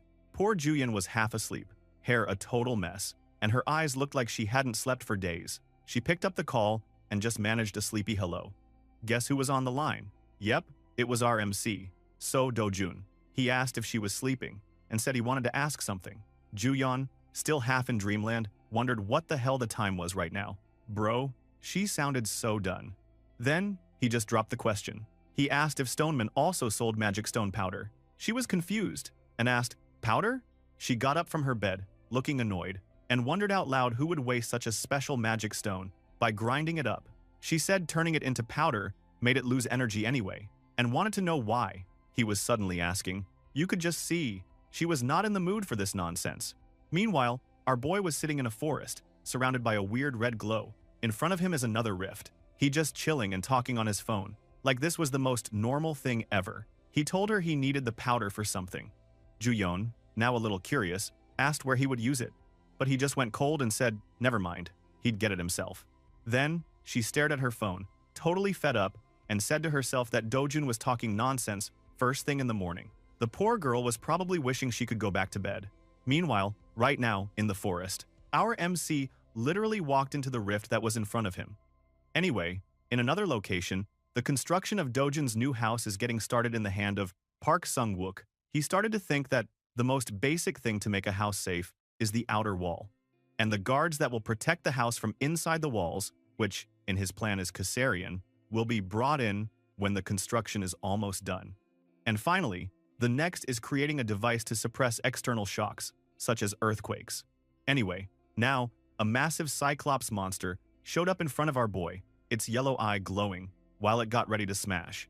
He stood in front of it, looking serious. He said he needed magic stone powder for that device. The Cyclops tried to crush him, but our MC moved like lightning and dodged the hit. He jumped up and kicked the Cyclops right in the arm, sending it stumbling back. Then he landed, blue energy all around him, and rushed the monster with his glowing blue sword. He looked ready for another round. Suddenly, he activated the Bandian sword technique. He gripped his sword tight, and a dark, powerful energy started coming off him. It was the Bandian sword technique, third form. The air spun around Dojin, and a wild red vortex formed. The attack had a crazy name too, Spiral Pre-Hid Catastrophe. Dojin let loose a huge spiral of red energy. He was flying, then smashing the ground and blasting the Cyclops from below. The monster got caught in all that swirling power, roaring in pain as the energy tore up everything. The place looked like a mini disaster zone. The Cyclops collapsed, totally wrecked. Now, our boy stood in the middle of all this, sword glowing, a few drops of blood on his face, but looking pretty happy with himself. He reached down and picked up a big purple magic stone. With a little smile, he crushed it in his hand, turning it into sparkly powder that dropped into a glass jar. He stared at the jar, thinking hard. Then, he started to wonder to himself if this device could stop not just earthquakes, but also rift outbreaks, since those were caused by big shocks too. He thought if that actually worked, it would be awesome. Our MC is always thinking 5 steps ahead. Anyway, now, in another place. While Dojin was busy fighting monsters, a huge piece of news dropped on the public. The scene went to a big news studio, where the top story was that So Do-jun was the grandson of T Group's grandson. That was a major bomb. Over at the chairman's office, Grandpa So was sitting with his wine, looking super pleased with himself. He thought Dojin must be freaking out, and he had called a press conference just to mess with him. In his head, he laughed that, after the rumors spread, everyone would only see Dojin as the rich kid grandson, no matter what he said. The press conference went nuts. Chairman So got up on stage and just let everyone know the family secret. Meanwhile, a bunch of office guys started talking about it. One buff dude said he always knew something was weird, wondering how a kid that young could be S rank. He guessed T Group must have paid a crazy amount. Another guy called Dojun a diamond spoon, which basically means super rich from birth. Meanwhile, the public is wondering why even hold a press conference for this. Some people guessed he would just deny it and try to dodge the whole thing. When it was Dojin's turn to speak, he stood at the podium under all those bright lights, reporters firing questions and cameras everywhere. He looked serious, even a little tired, but he faced everyone straight on. He started by saying he was born out of wedlock and abandoned when he was a child. That hit the audience like a truck. People were straight up shocked. Even Juyeon looked like her head was about to explode. Then, our hero went on to talk about the life he had lived, short and clear, with his words.